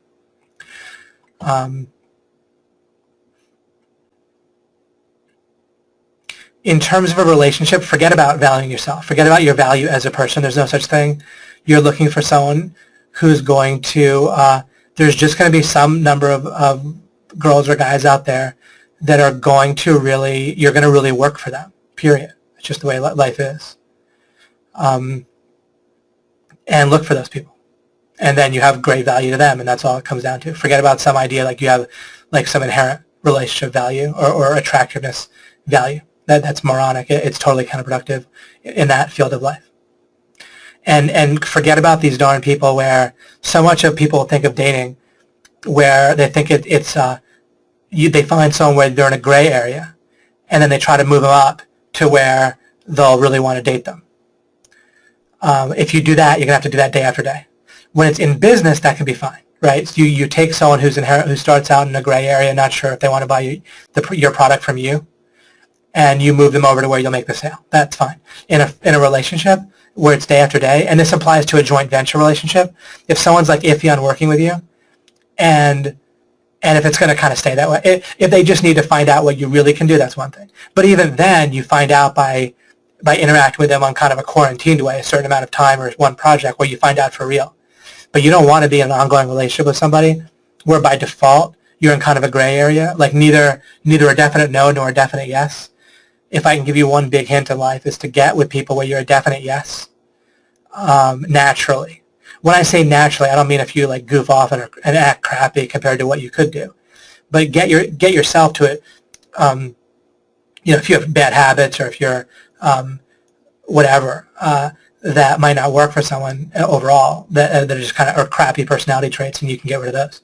But outside of that, as long as there are some people that genuinely will be a definite yes on you working with or a relationship with, then great. And if you want to have somehow better people to work with, applies particularly with working with, then start somewhere and improve, and then more high-powered people will work with you. So that elaborates a little bit. Sort of the same thing can be the case in relationships, but the idea of trying to upgrade all the time in relationships is pretty crappy, right? And not necessarily the way that you want to think. That doesn't make any sense. Get in relationships with someone that you want to be in a relationship with. If not one person you want to be in a relationship with wants to be in a relationship with you, then you can up yourself where you at least match some people that you do want to be in a relationship with, or lower your standards, right? Maybe your standards are just screwed up. And when I say lower, I actually, that isn't even lower. Just value better.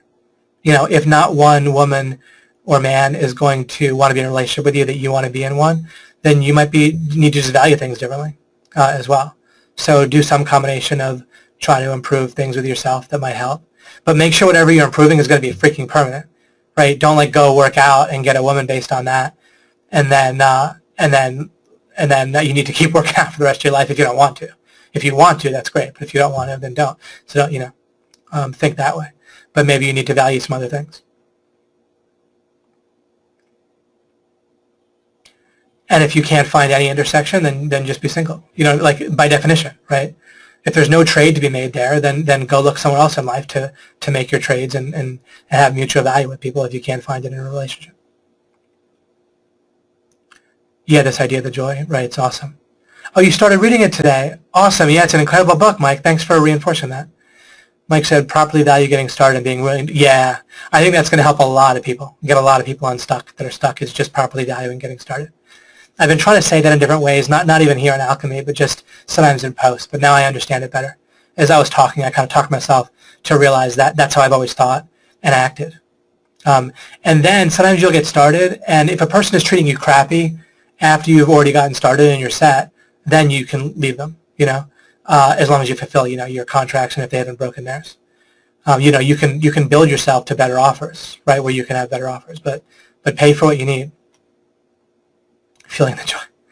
Michael Long said, yeah, there was so much pressure on us from affiliates starting out 4 years ago to offer OMG as push-button earnings, and I refused.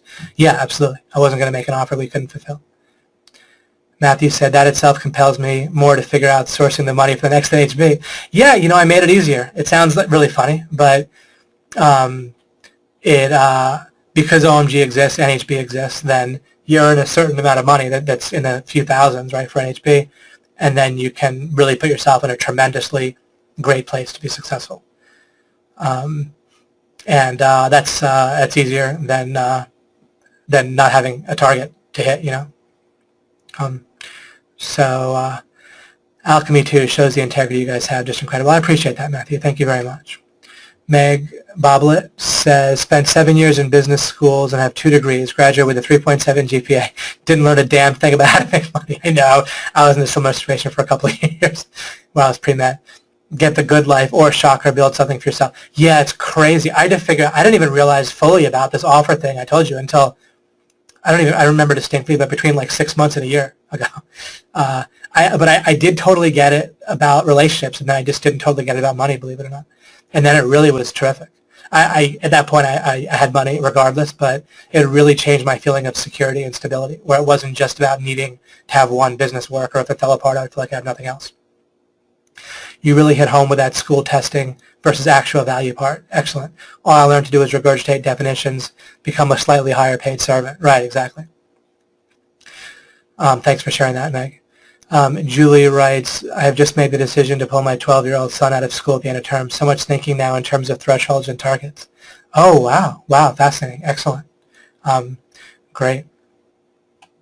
I try to be calibrated and tempered with that. It's just not realistic necessarily for everyone, or I don't even know. I just try to be a little careful with that. Just the same with people quitting their jobs, when they're making money with OMG. But at some point, people do quit their jobs a lot. I think hundreds have, and it works out pretty well. And so I think that can work out great. And I think people should seriously consider with school if they're able to. Matt wrote, what do you think about asking people? Oh, also because the world's changed.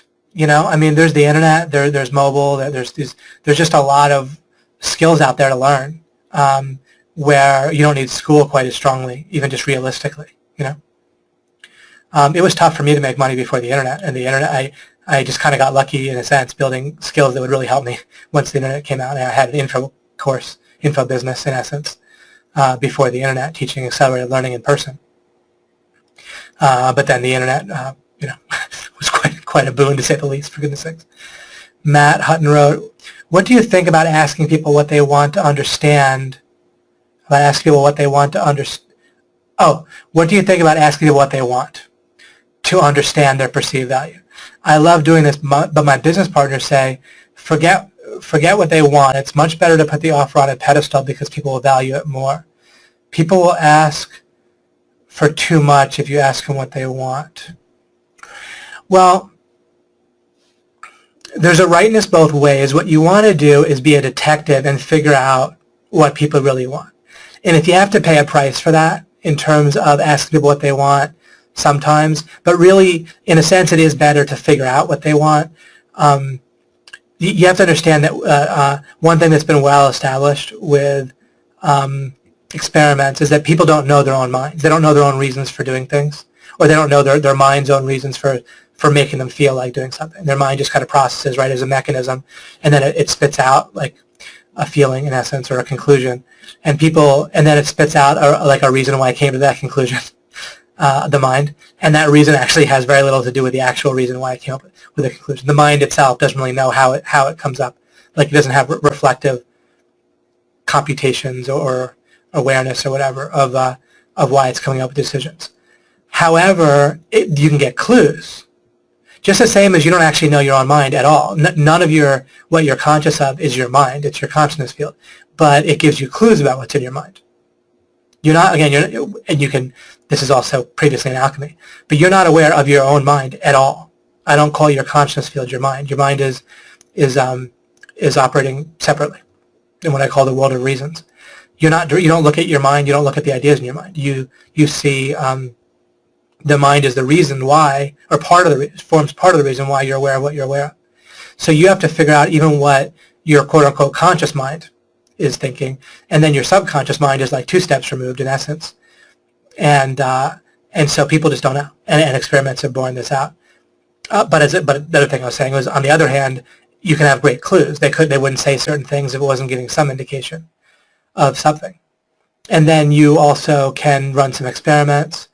And once you're looking for it, there's just all sorts of ways. You can, of course, think about yourself and your own buying decisions. You can try offering certain things and seeing how people react, right? But it's really knowing to look for it, and then you yourself will figure out various good ways to figure it out. Once you know you're looking for what people perceive as valuable, you'll start to get clues and signals and do some experiments and just work at it, and you'll tend to hone it in and ask better questions and so forth. No, this sounds good. That'll just happen once in a while with the internet. No, the internet doesn't work perfectly, basically. Video doesn't work perfectly. Long distance calls, smartphones can do everything but make long distance calls reliably. Brian Broes wrote, how do you influence people through interweb when there is no live interaction to alter your offer by their specific vision and influences? Well, that's in essence just a direct marketing question on how do you write a sales letter, And one of the things we do, for example, is we do our own customer service. We don't have a person in between ourselves and our prospects and our customers. Excuse me. Between ourselves and our prospects and our customers. So we're hearing from them a lot more. And part of why we do that is to get a sense, right, of people. But one big hint is, again, you want to draw out a compelling vision and a scenario. People say story. Story is an approximation. Any words I use to describe this is a bit of an approximation, but I like scenario the best as a word to describe things. But when you paint a scenario that illustrates the problem that you're trying to solve, and like you give an indication in your headline of what problem you're trying to solve and why you potentially might be someone to keep reading the sales letter that's realistic, you might solve it. But I can go through this when I talk about conversion as well in a future webinar. But then you paint a scenario that involves the problem, and you'll continue on with the scenario and give a sense of the solution. And then you're communicating with people's minds. You don't have to know every individual or a specific individual, although having a persona can be helpful.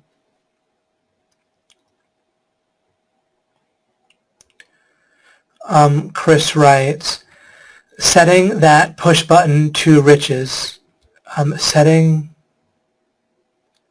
that push button to riches perceived value type of marketing claim. Likely frustrated people by setting a ridiculous expectation. Oh, for sure, yeah, people are all burnt out, right? Prospects that are kind of perpetual prospects buying product after product that promises a blueprint that, that'll make all this money. And by the way, a lot of times someone really will do some kind of endeavor, make some money doing it, and then they'll make a product talking about that and say, just do what I did, just follow instructions. But the world changes, and people's situations are different, and so forth. So there isn't really such a thing. I highly appreciate your view on getting started. It puts everything in perspective. Excellent. The why. Wonderful. Michael Long wrote, relating to how job skills these days and often not covered by school. Well, yeah, and especially with the internet, right? I mean, it's just so crazy. I mean, how the school is hardly probably adapted to the internet at all. Check this out, and simple proof of that is people are still professors that used to be professors 10 years ago. But 10 years ago, the world changed massively. How are the same people professors? They should basically not be professors anymore of lots of topics. And keep in mind that the skill of building influence with free traffic is probably hardly on the author's report mind. Oh, right. Have now require the skill. Right, exactly, that we cover in OMG. That's beautiful. Driving traffic. Yep. Brian writes, makes sense not to push too far beyond the threshold. Yeah. And again, once you realize that strategy is about resource management, then you have to be making judgments about thresholds.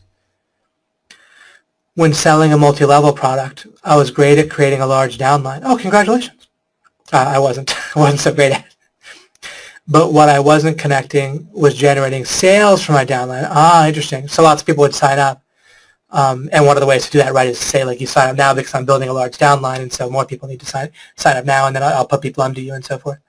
What I realized later was that I was preventing my downline from taking action by taking too much action myself, and probably the initial claim, right? A lot of the claims that get people to sign up for multi-level are counterproductive for them taking action, right? The example I was giving them was that it took so much more effort. The example I was giving them was that it took so much more effort than necessary. So they were always paralyzed to start themselves. Oh, the example, I see, you were leading by example. You were demonstrating by your own actions. That's what you mean by the example I was giving them, was that it took so much more effort than necessary. Got it. So they were always paralyzed to start themselves. Good lesson here for me is to figure out the perceived threshold, create a minor buffer for cushion, and complete the vision by eventually transforming the perceived value into final actual value where we both win. Yeah, and it's tough with multi-level because for me, I realized I like there's too many places with a multi-level where you can't provide value, like as a participant in multi-level, and in my experience, certainly plenty of people make a lot of money with it. But I really liked it when I wasn't successful in particular. I was also young. It certainly can work, but they'll say no, but yeah, I got it right. Okay, good. So you're not doing it, so I don't want to criticize something in the middle of doing. But yeah, like for me when I was younger, you just have less credibility too in reality, and your peer group is younger. There's absolutely young people that make it work, but it just things can be more difficult with anything when you're younger. But on the other hand, you have more energy and more hope and are more willing to build stuff. But anyhow, but you're given a product, and that product doesn't really differentiate very well. and you're told that traffic is, whoever comes near you, so you don't really have a good traffic source. The people that are really looking for it. And so it's weirdly just not that good of an offer, typically, that you have either to participate in the business or to buy the product that the business is based around. And then you have to make up the entire difference with conversion and sales, essentially, and just a lot of energy or lots of traffic. And what I found instead, and then they'll make you feel kind of like you're not trying hard or kind of can't follow instructions or whatever. But the minute I built something for myself, I had plenty of energy, did very well. I didn't maybe make a huge amount of total money to impress people at that time, but it was terrific. I supported myself totally as on my own, and didn't hardly have to work that much, and I could devote time towards other things at the time when I was younger. I mean, I was trying to build business-wise, but before the internet, it wasn't very realistic. You would have to like make a franchise or something.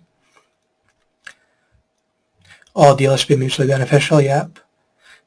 Deborah writes, making sure you hit both the perceived and actual value in the offer you create, or painting a scenario that presents the client's problem and then providing the solution.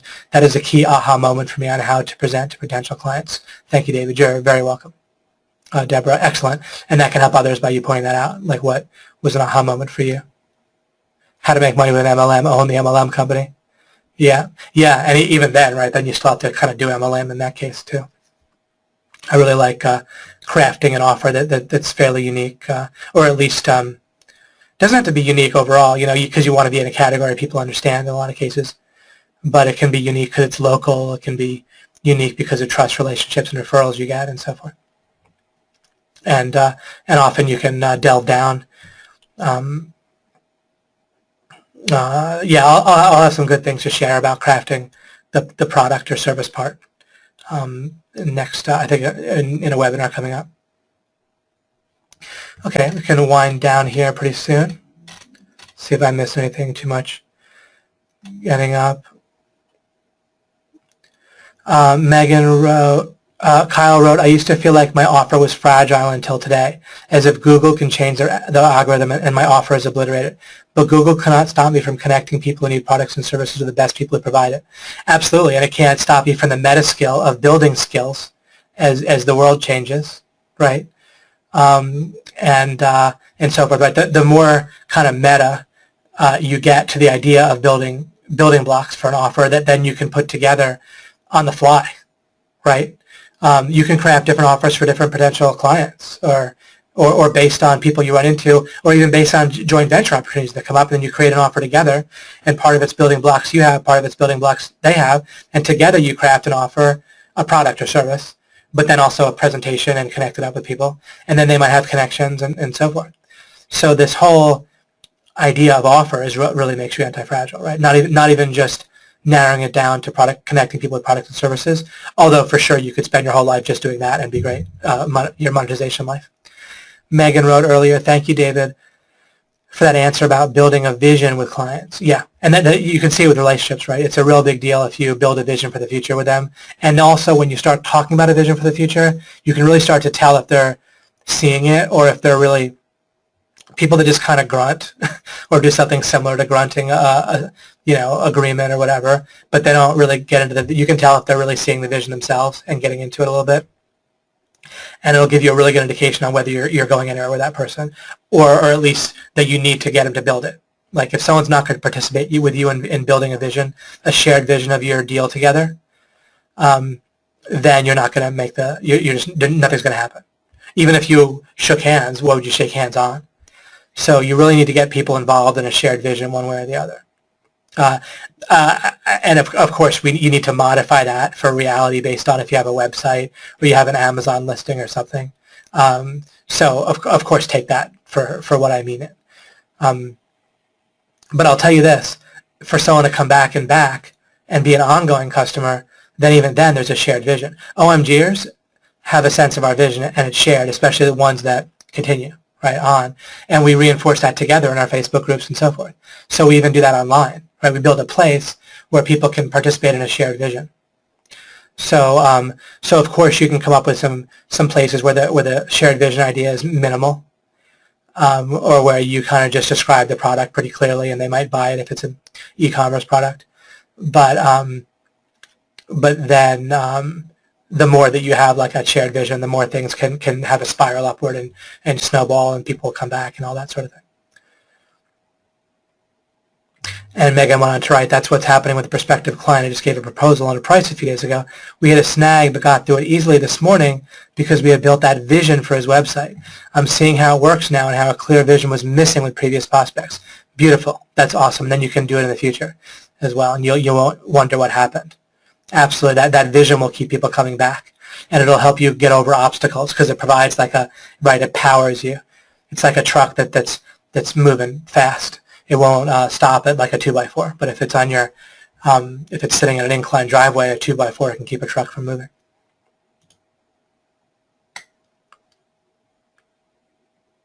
Beautiful, Joseph, you see? Beautiful. And that's why we have Alchemy. There's just a number of things that I know are angles on the way that I understand things that are kind of deep meta strategies that until and unless I get them over to you guys, they're gonna block you to breaking through. That's why I do this. Cynthia said, basing the offer on purpose and process. How does that apply to membership sites? Oh, you must have seen one of my slides, huh? I think I might get to that next time when I talk about, I'll relate this to your exact product or service. Matthew wrote, holy F, that is brilliant. Wow, I can feel a project shifting already. Mind-blowing as usual. Super, excellent. Offer a fantastic norm, method, another amazing paradigm. Excellent. I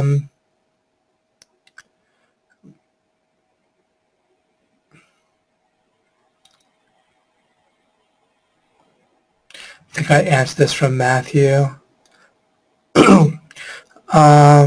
Okay, and then Steve, and then I started right about here before. Brian writes, your offer for your product changes just by how you influence the customer's vision, correct? And tools for that include future pacing and conveying vision. I've read about how different people are always influenced through certain things, but when this comes to online offerings, how can you have an accurate influence? Oh, right, and you asked a similar question. An accurate influence for your clicker if they're helping you build their vision of what they want. And like I said, you can put yourself in a situation where you're interacting one-on-one. Like if you're checking your own customer service yourself, then it'll help you get a sense. Just try to create opportunities for talking with people. And then sometimes, but you don't need a back and forth for a vision. Again, look at politicians. And I don't mean that in a negative sense right now. I mean that sometimes they're very effective with like sales and influence, right? And so when a politician creates a compelling vision that works for enough people, then it's a one-way thing. And and it'll actually be helpful sometimes. When people put themselves in a category where they're like listening, and you're sort of on a bit of a pedestal, you're even on a website that you made, and they're visiting, and they know you're talking to a bunch of people, it'll be a lot easier to actually just impose your vision on them if it's compelling enough, maybe vivid, maybe not, just with something about it. If you triangulate on the right, if you triangulate in on the right points that work for them, you can do it without a back and forth or without hearing anything from them specifically.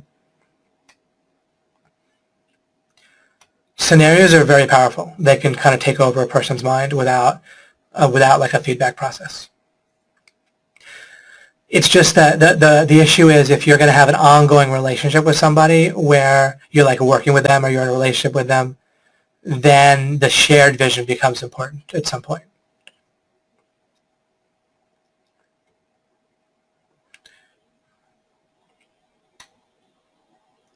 Okay, good. All right, I'll pop down to the end and I'll wrap things up pretty soon here. Pat, Sherry wrote, really appreciate the perspective on getting started. This is a game changer for my psyche. Excellent. Any insight on using this specific concept to help overcome the objections of friends or relatives that give me a hard time about making money online? Become a loner, right? Yeah, that works. For real. Just having your own space to work.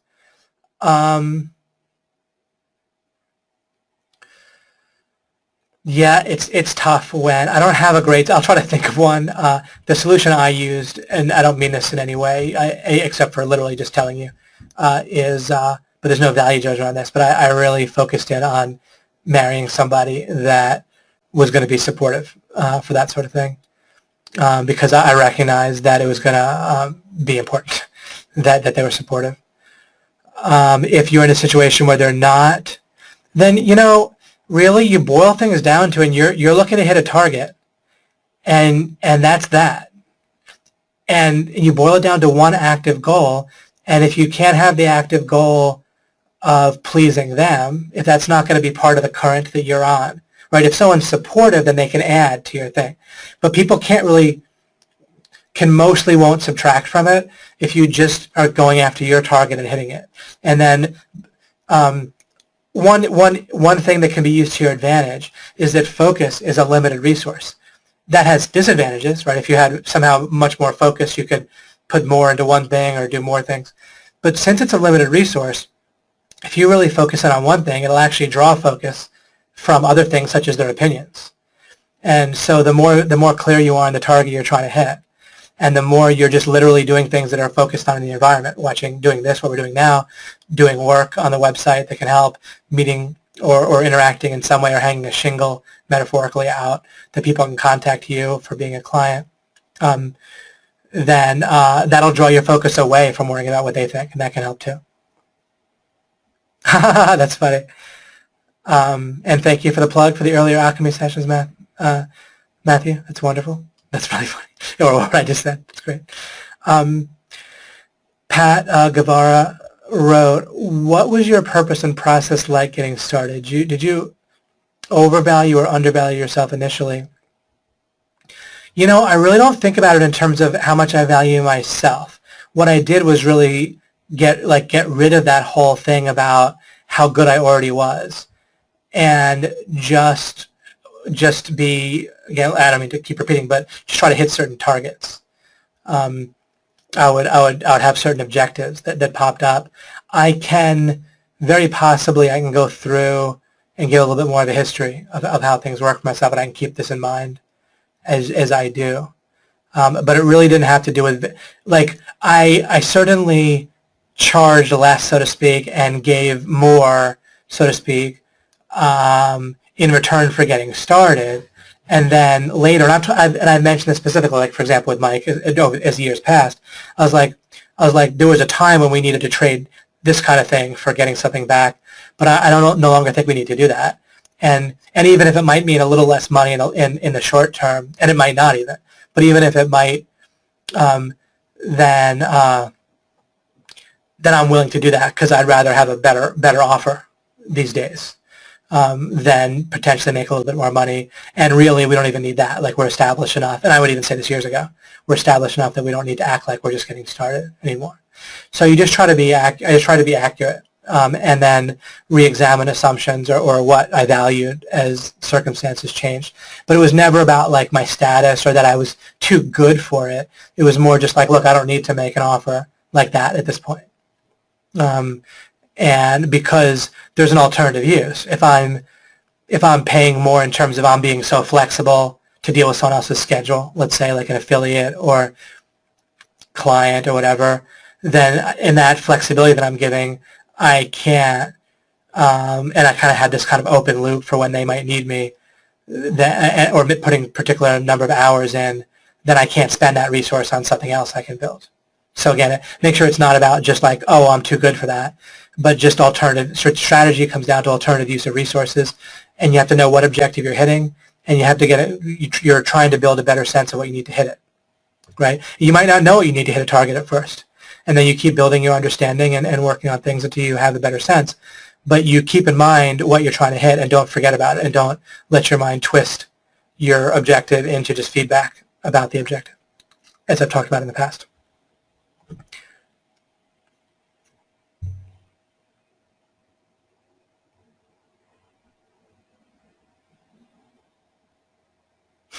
Right. That makes sense, Mike. Deborah Sewage writes, another aha moment, building is the common thread running through any offer and allows us to craft more creative solutions with partners can easily morph with changes and obstacles that come up over time. The key is this building concept. Yes, absolutely, absolutely. Remember, you're really trying to accumulate building blocks that can be turned into offers, right? Including building blocks that you can give away as part of your sales funnel, right?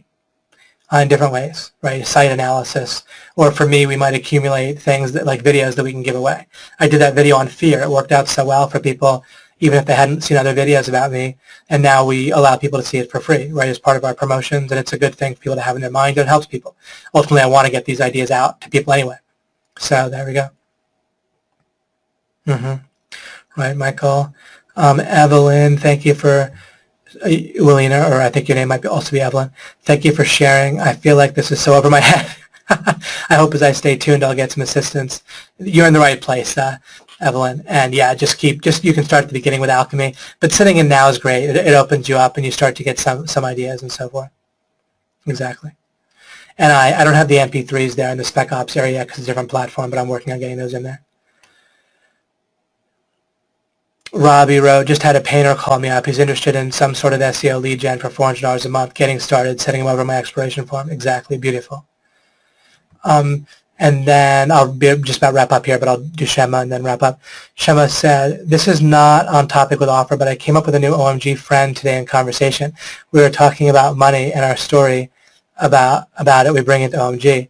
How might Alchemy help clear these up? Some stories. Money is evil and people are greedy. And just so you guys understand what she's saying, she's not saying that money is evil, but that we have these kind of stories or idea that you kind of bring into OMG, like your mindset or ideas that get in from the world and culture and where you were raised. Could you refresh? I just wrote more. Sure thing.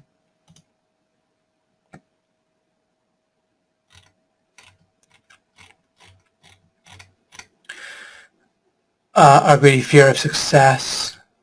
You're very welcome, Shirley. Oh, you gave some example. Money is evil, and so these are examples of some unhelpful stories that are in people's minds. Money is evil and people are greedy. Fear of success, lack of money, ambition. You know, what all these have in common is a scarcity. It's not even a scarcity mindset. It's a deep-rooted foundational idea of the world that is scarcity. I've talked about this, but not really in Alchemy. I don't think I've even mentioned the Hungry Hippos picture in Alchemy. I think I put it somewhere else. And so people have this idea, all right, that good, resides out there in objects and in events in the world, and there's only so much of it. And they don't think of this intellectually. It just got seeped in their mind very early in life. And this idea that fundamentally there's only a certain amount of good stuff out there in the world, that's a static mentality, or we can call it scarcity. And that's why people don't even believe in property rights. Like in practice, people don't even believe that individuals can own property. They just think that and the reason is they think that and they don't think about this chain of reasoning, but it happens for them. They intuitively feel like the world is scarce, that there's a certain amount of good stuff, and we're all like playing a game of hungry hippo with each other. And so if you have more good, someone else must have less good. And once you think that way, you actually don't believe that people own property. You have to make these random exceptions, like for rape or something, right? And of course, I'm against rape, but I'm just against all property rights violations. But they make these random things because they feel like if someone has too much, then they're necessarily taken from other people.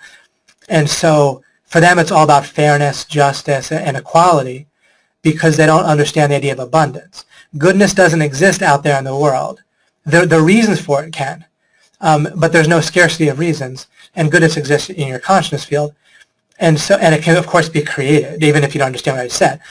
Goodness can be created. There can be more of it, of course, and it can be destroyed, and it actually gets destroyed when people have a scarcity mentality. They actually act wastefully, so they think that there's a static amount of stuff. But they're wrong, and by their actions based on that false idea, they actually destroy goodness and create badness. So everyone has less, and it's a terrible mentality, and that's why they come up with all these things. Money's evil, people are greedy, fear of success. Yeah, you're afraid of success because you feel like you're a bad person with that core assumption. And again, it's not a mindset; it's a deep core, foundational, except for wrong. starting point about how the world is that all their other beliefs come from, and that's why they think that and people, what happens is, and this is why I say you have to get foundational, because people that do and don't have this scarcity mentality versus a potentially abundant mentality. And it's not that I believe only in abundance. I believe in waste. You see, these people that believe in scarcity, they actually believe in a static amount of good. They actually don't believe in waste. They think they do, but they don't. The only waste they see is one person having too much. But what they do is they have beliefs and actions and policies of when they use violence and so forth that will actually create waste. For them, they think the waste is in one person having too much of this static amount of stuff. But in reality, the waste is attacking people that have more, that are actually creating, and also incentivizing beliefs and behavior that lead to fear of creating and to just kind of doing nothing and entitlement and so forth. And so people talk past each other without realizing this core thing that people have, and then both sides think the other side's evil. And one side's right, okay? It's not that they're not, but it really is, in effect, the person overall is not evil, okay? No person is evil in that way, in a general way. But the idea and then the actions based on it are ones that we would call very, very, very evil. You act as on par in terms of your impact on reality, the terrible things that you do, the same as if you're like a serial child molester, if you have this core misunderstanding the world in terms of scarcity. You might as well be a serial child molester with the actions you take, the beliefs you act on, the votes that you vote for, the way that you believe in using violence against people and to take their stuff. And so it's very destructive. And then people talk, but they will look at someone with the abundance mentality and be sure that person's evil, because it's evil if you have more than just the bare amount of stuff, if it's static. And like they're right, if their original assumption was wrong, the rest of their logic actually is right. They just don't realize their core understanding of the world is wrong. And that will, of course, just destroy you in life. I'm not talking about they're evil or they're acting evil in the sense of we should even hurt them worse. Just people need to understand what the wrong idea is so people can stop acting evil. I'm not trying to get people angry or riled up, or certainly not violent towards people thinking that way. But those ideas hurt themselves and other people whenever anyone has that, in all sorts of ways, including their kids, the people they affect, and everything, very, very badly.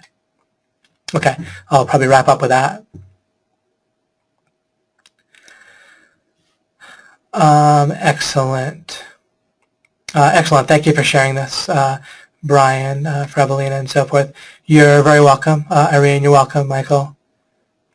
Haha, we don't play that here. Exactly. You got the hungry hippos. It's perfect. That's right, and we don't at all. That's why in OMG we have a culture of this abundance mentality. We understand that when someone shares their success or earnings report, we benefit in a number of ways. It increases our belief, which helps us break through the blocks of thinking that it won't work or it's hard to make money. It increases the number we have in our head of how much is normal to make, which can be helpful in a certain way. It's kind of just subconsciously motivating us more or not blocking us. And we learn actual strategies from people when they share their successes, right, and so forth. And we believe that helping other people will mean more for us and so forth. And it's a beautiful culture in OMG. And it's all based fundamentally on the abundance idea.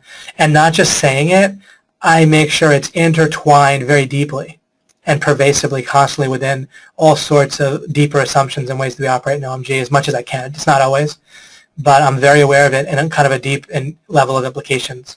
And I wove it in there from the start, and so did Mike and other people. Oh, scarcity with regarding perceived value is okay, weirdly enough.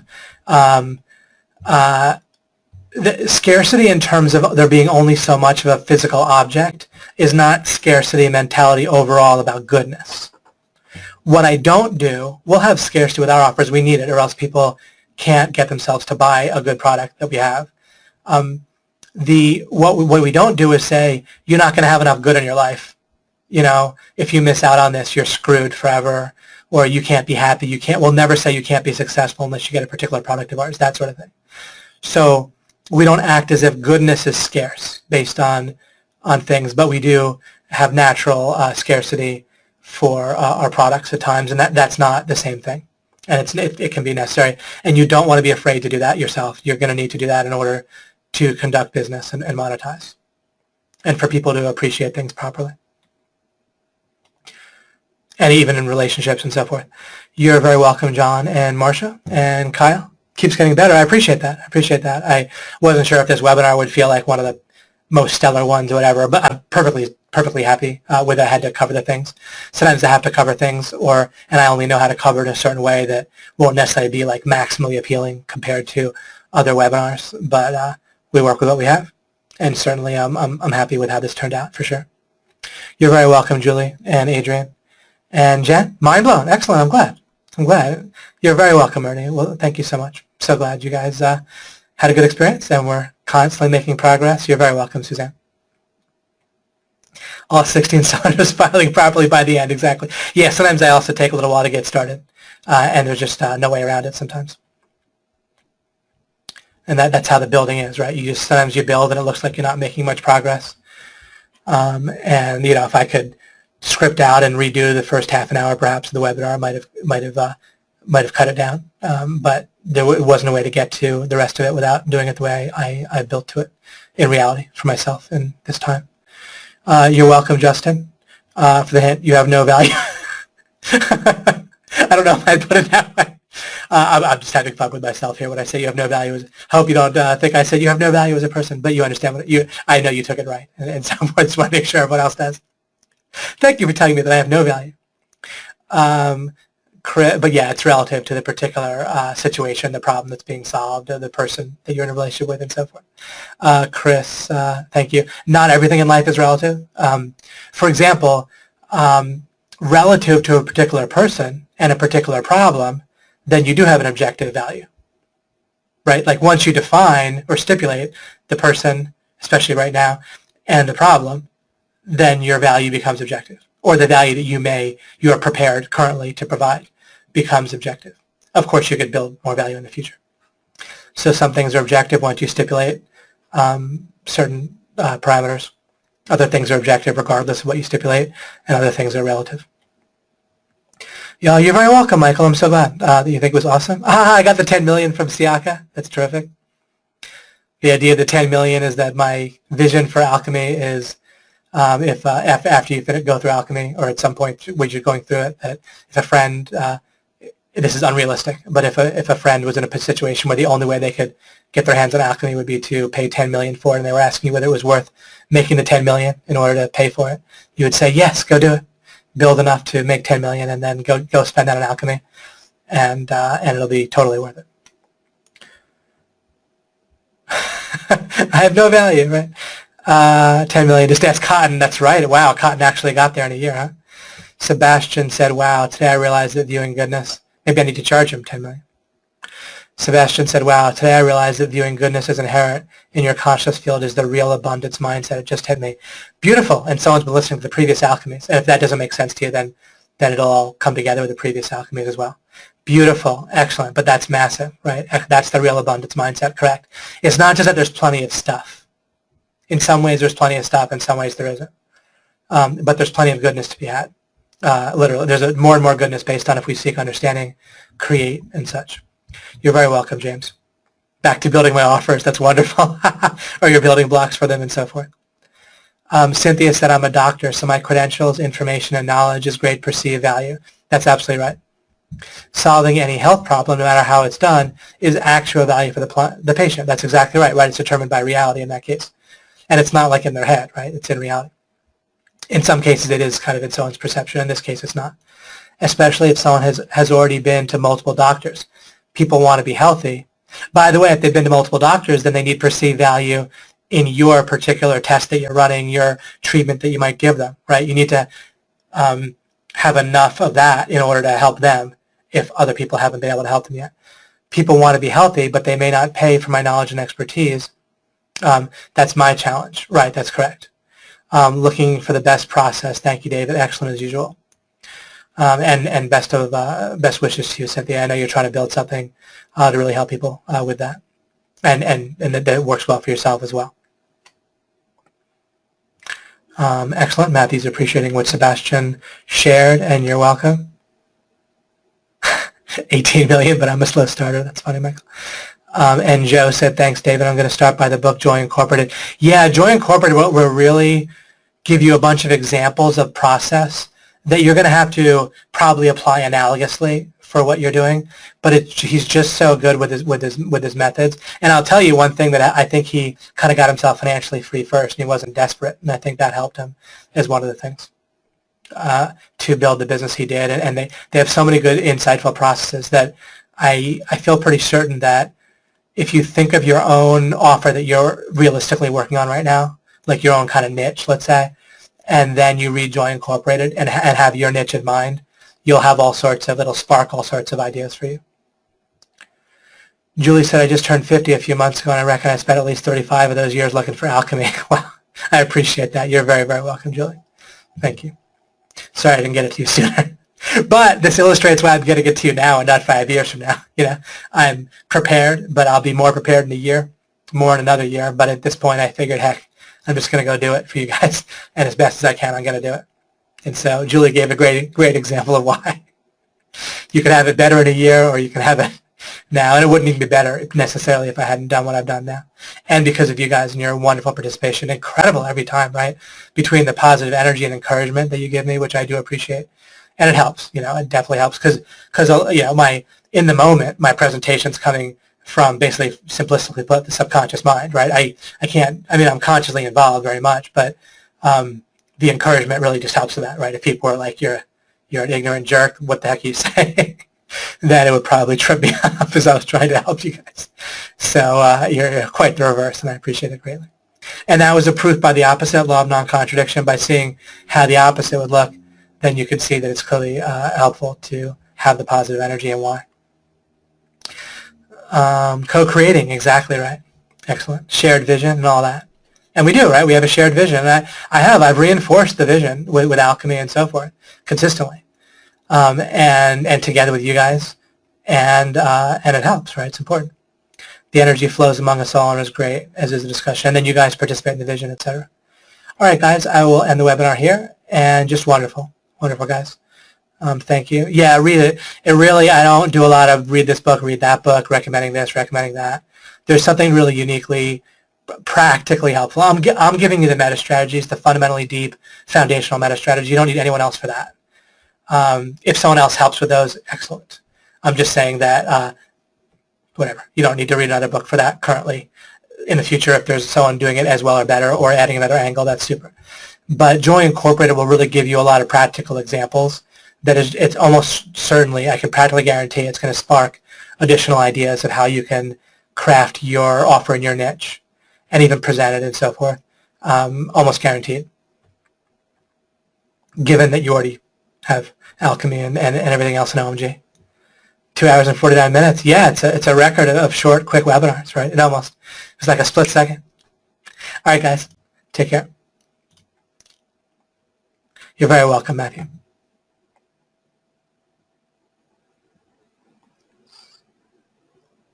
So glad to have you live. Come live every time, no matter what, Matthew. It was great to have you.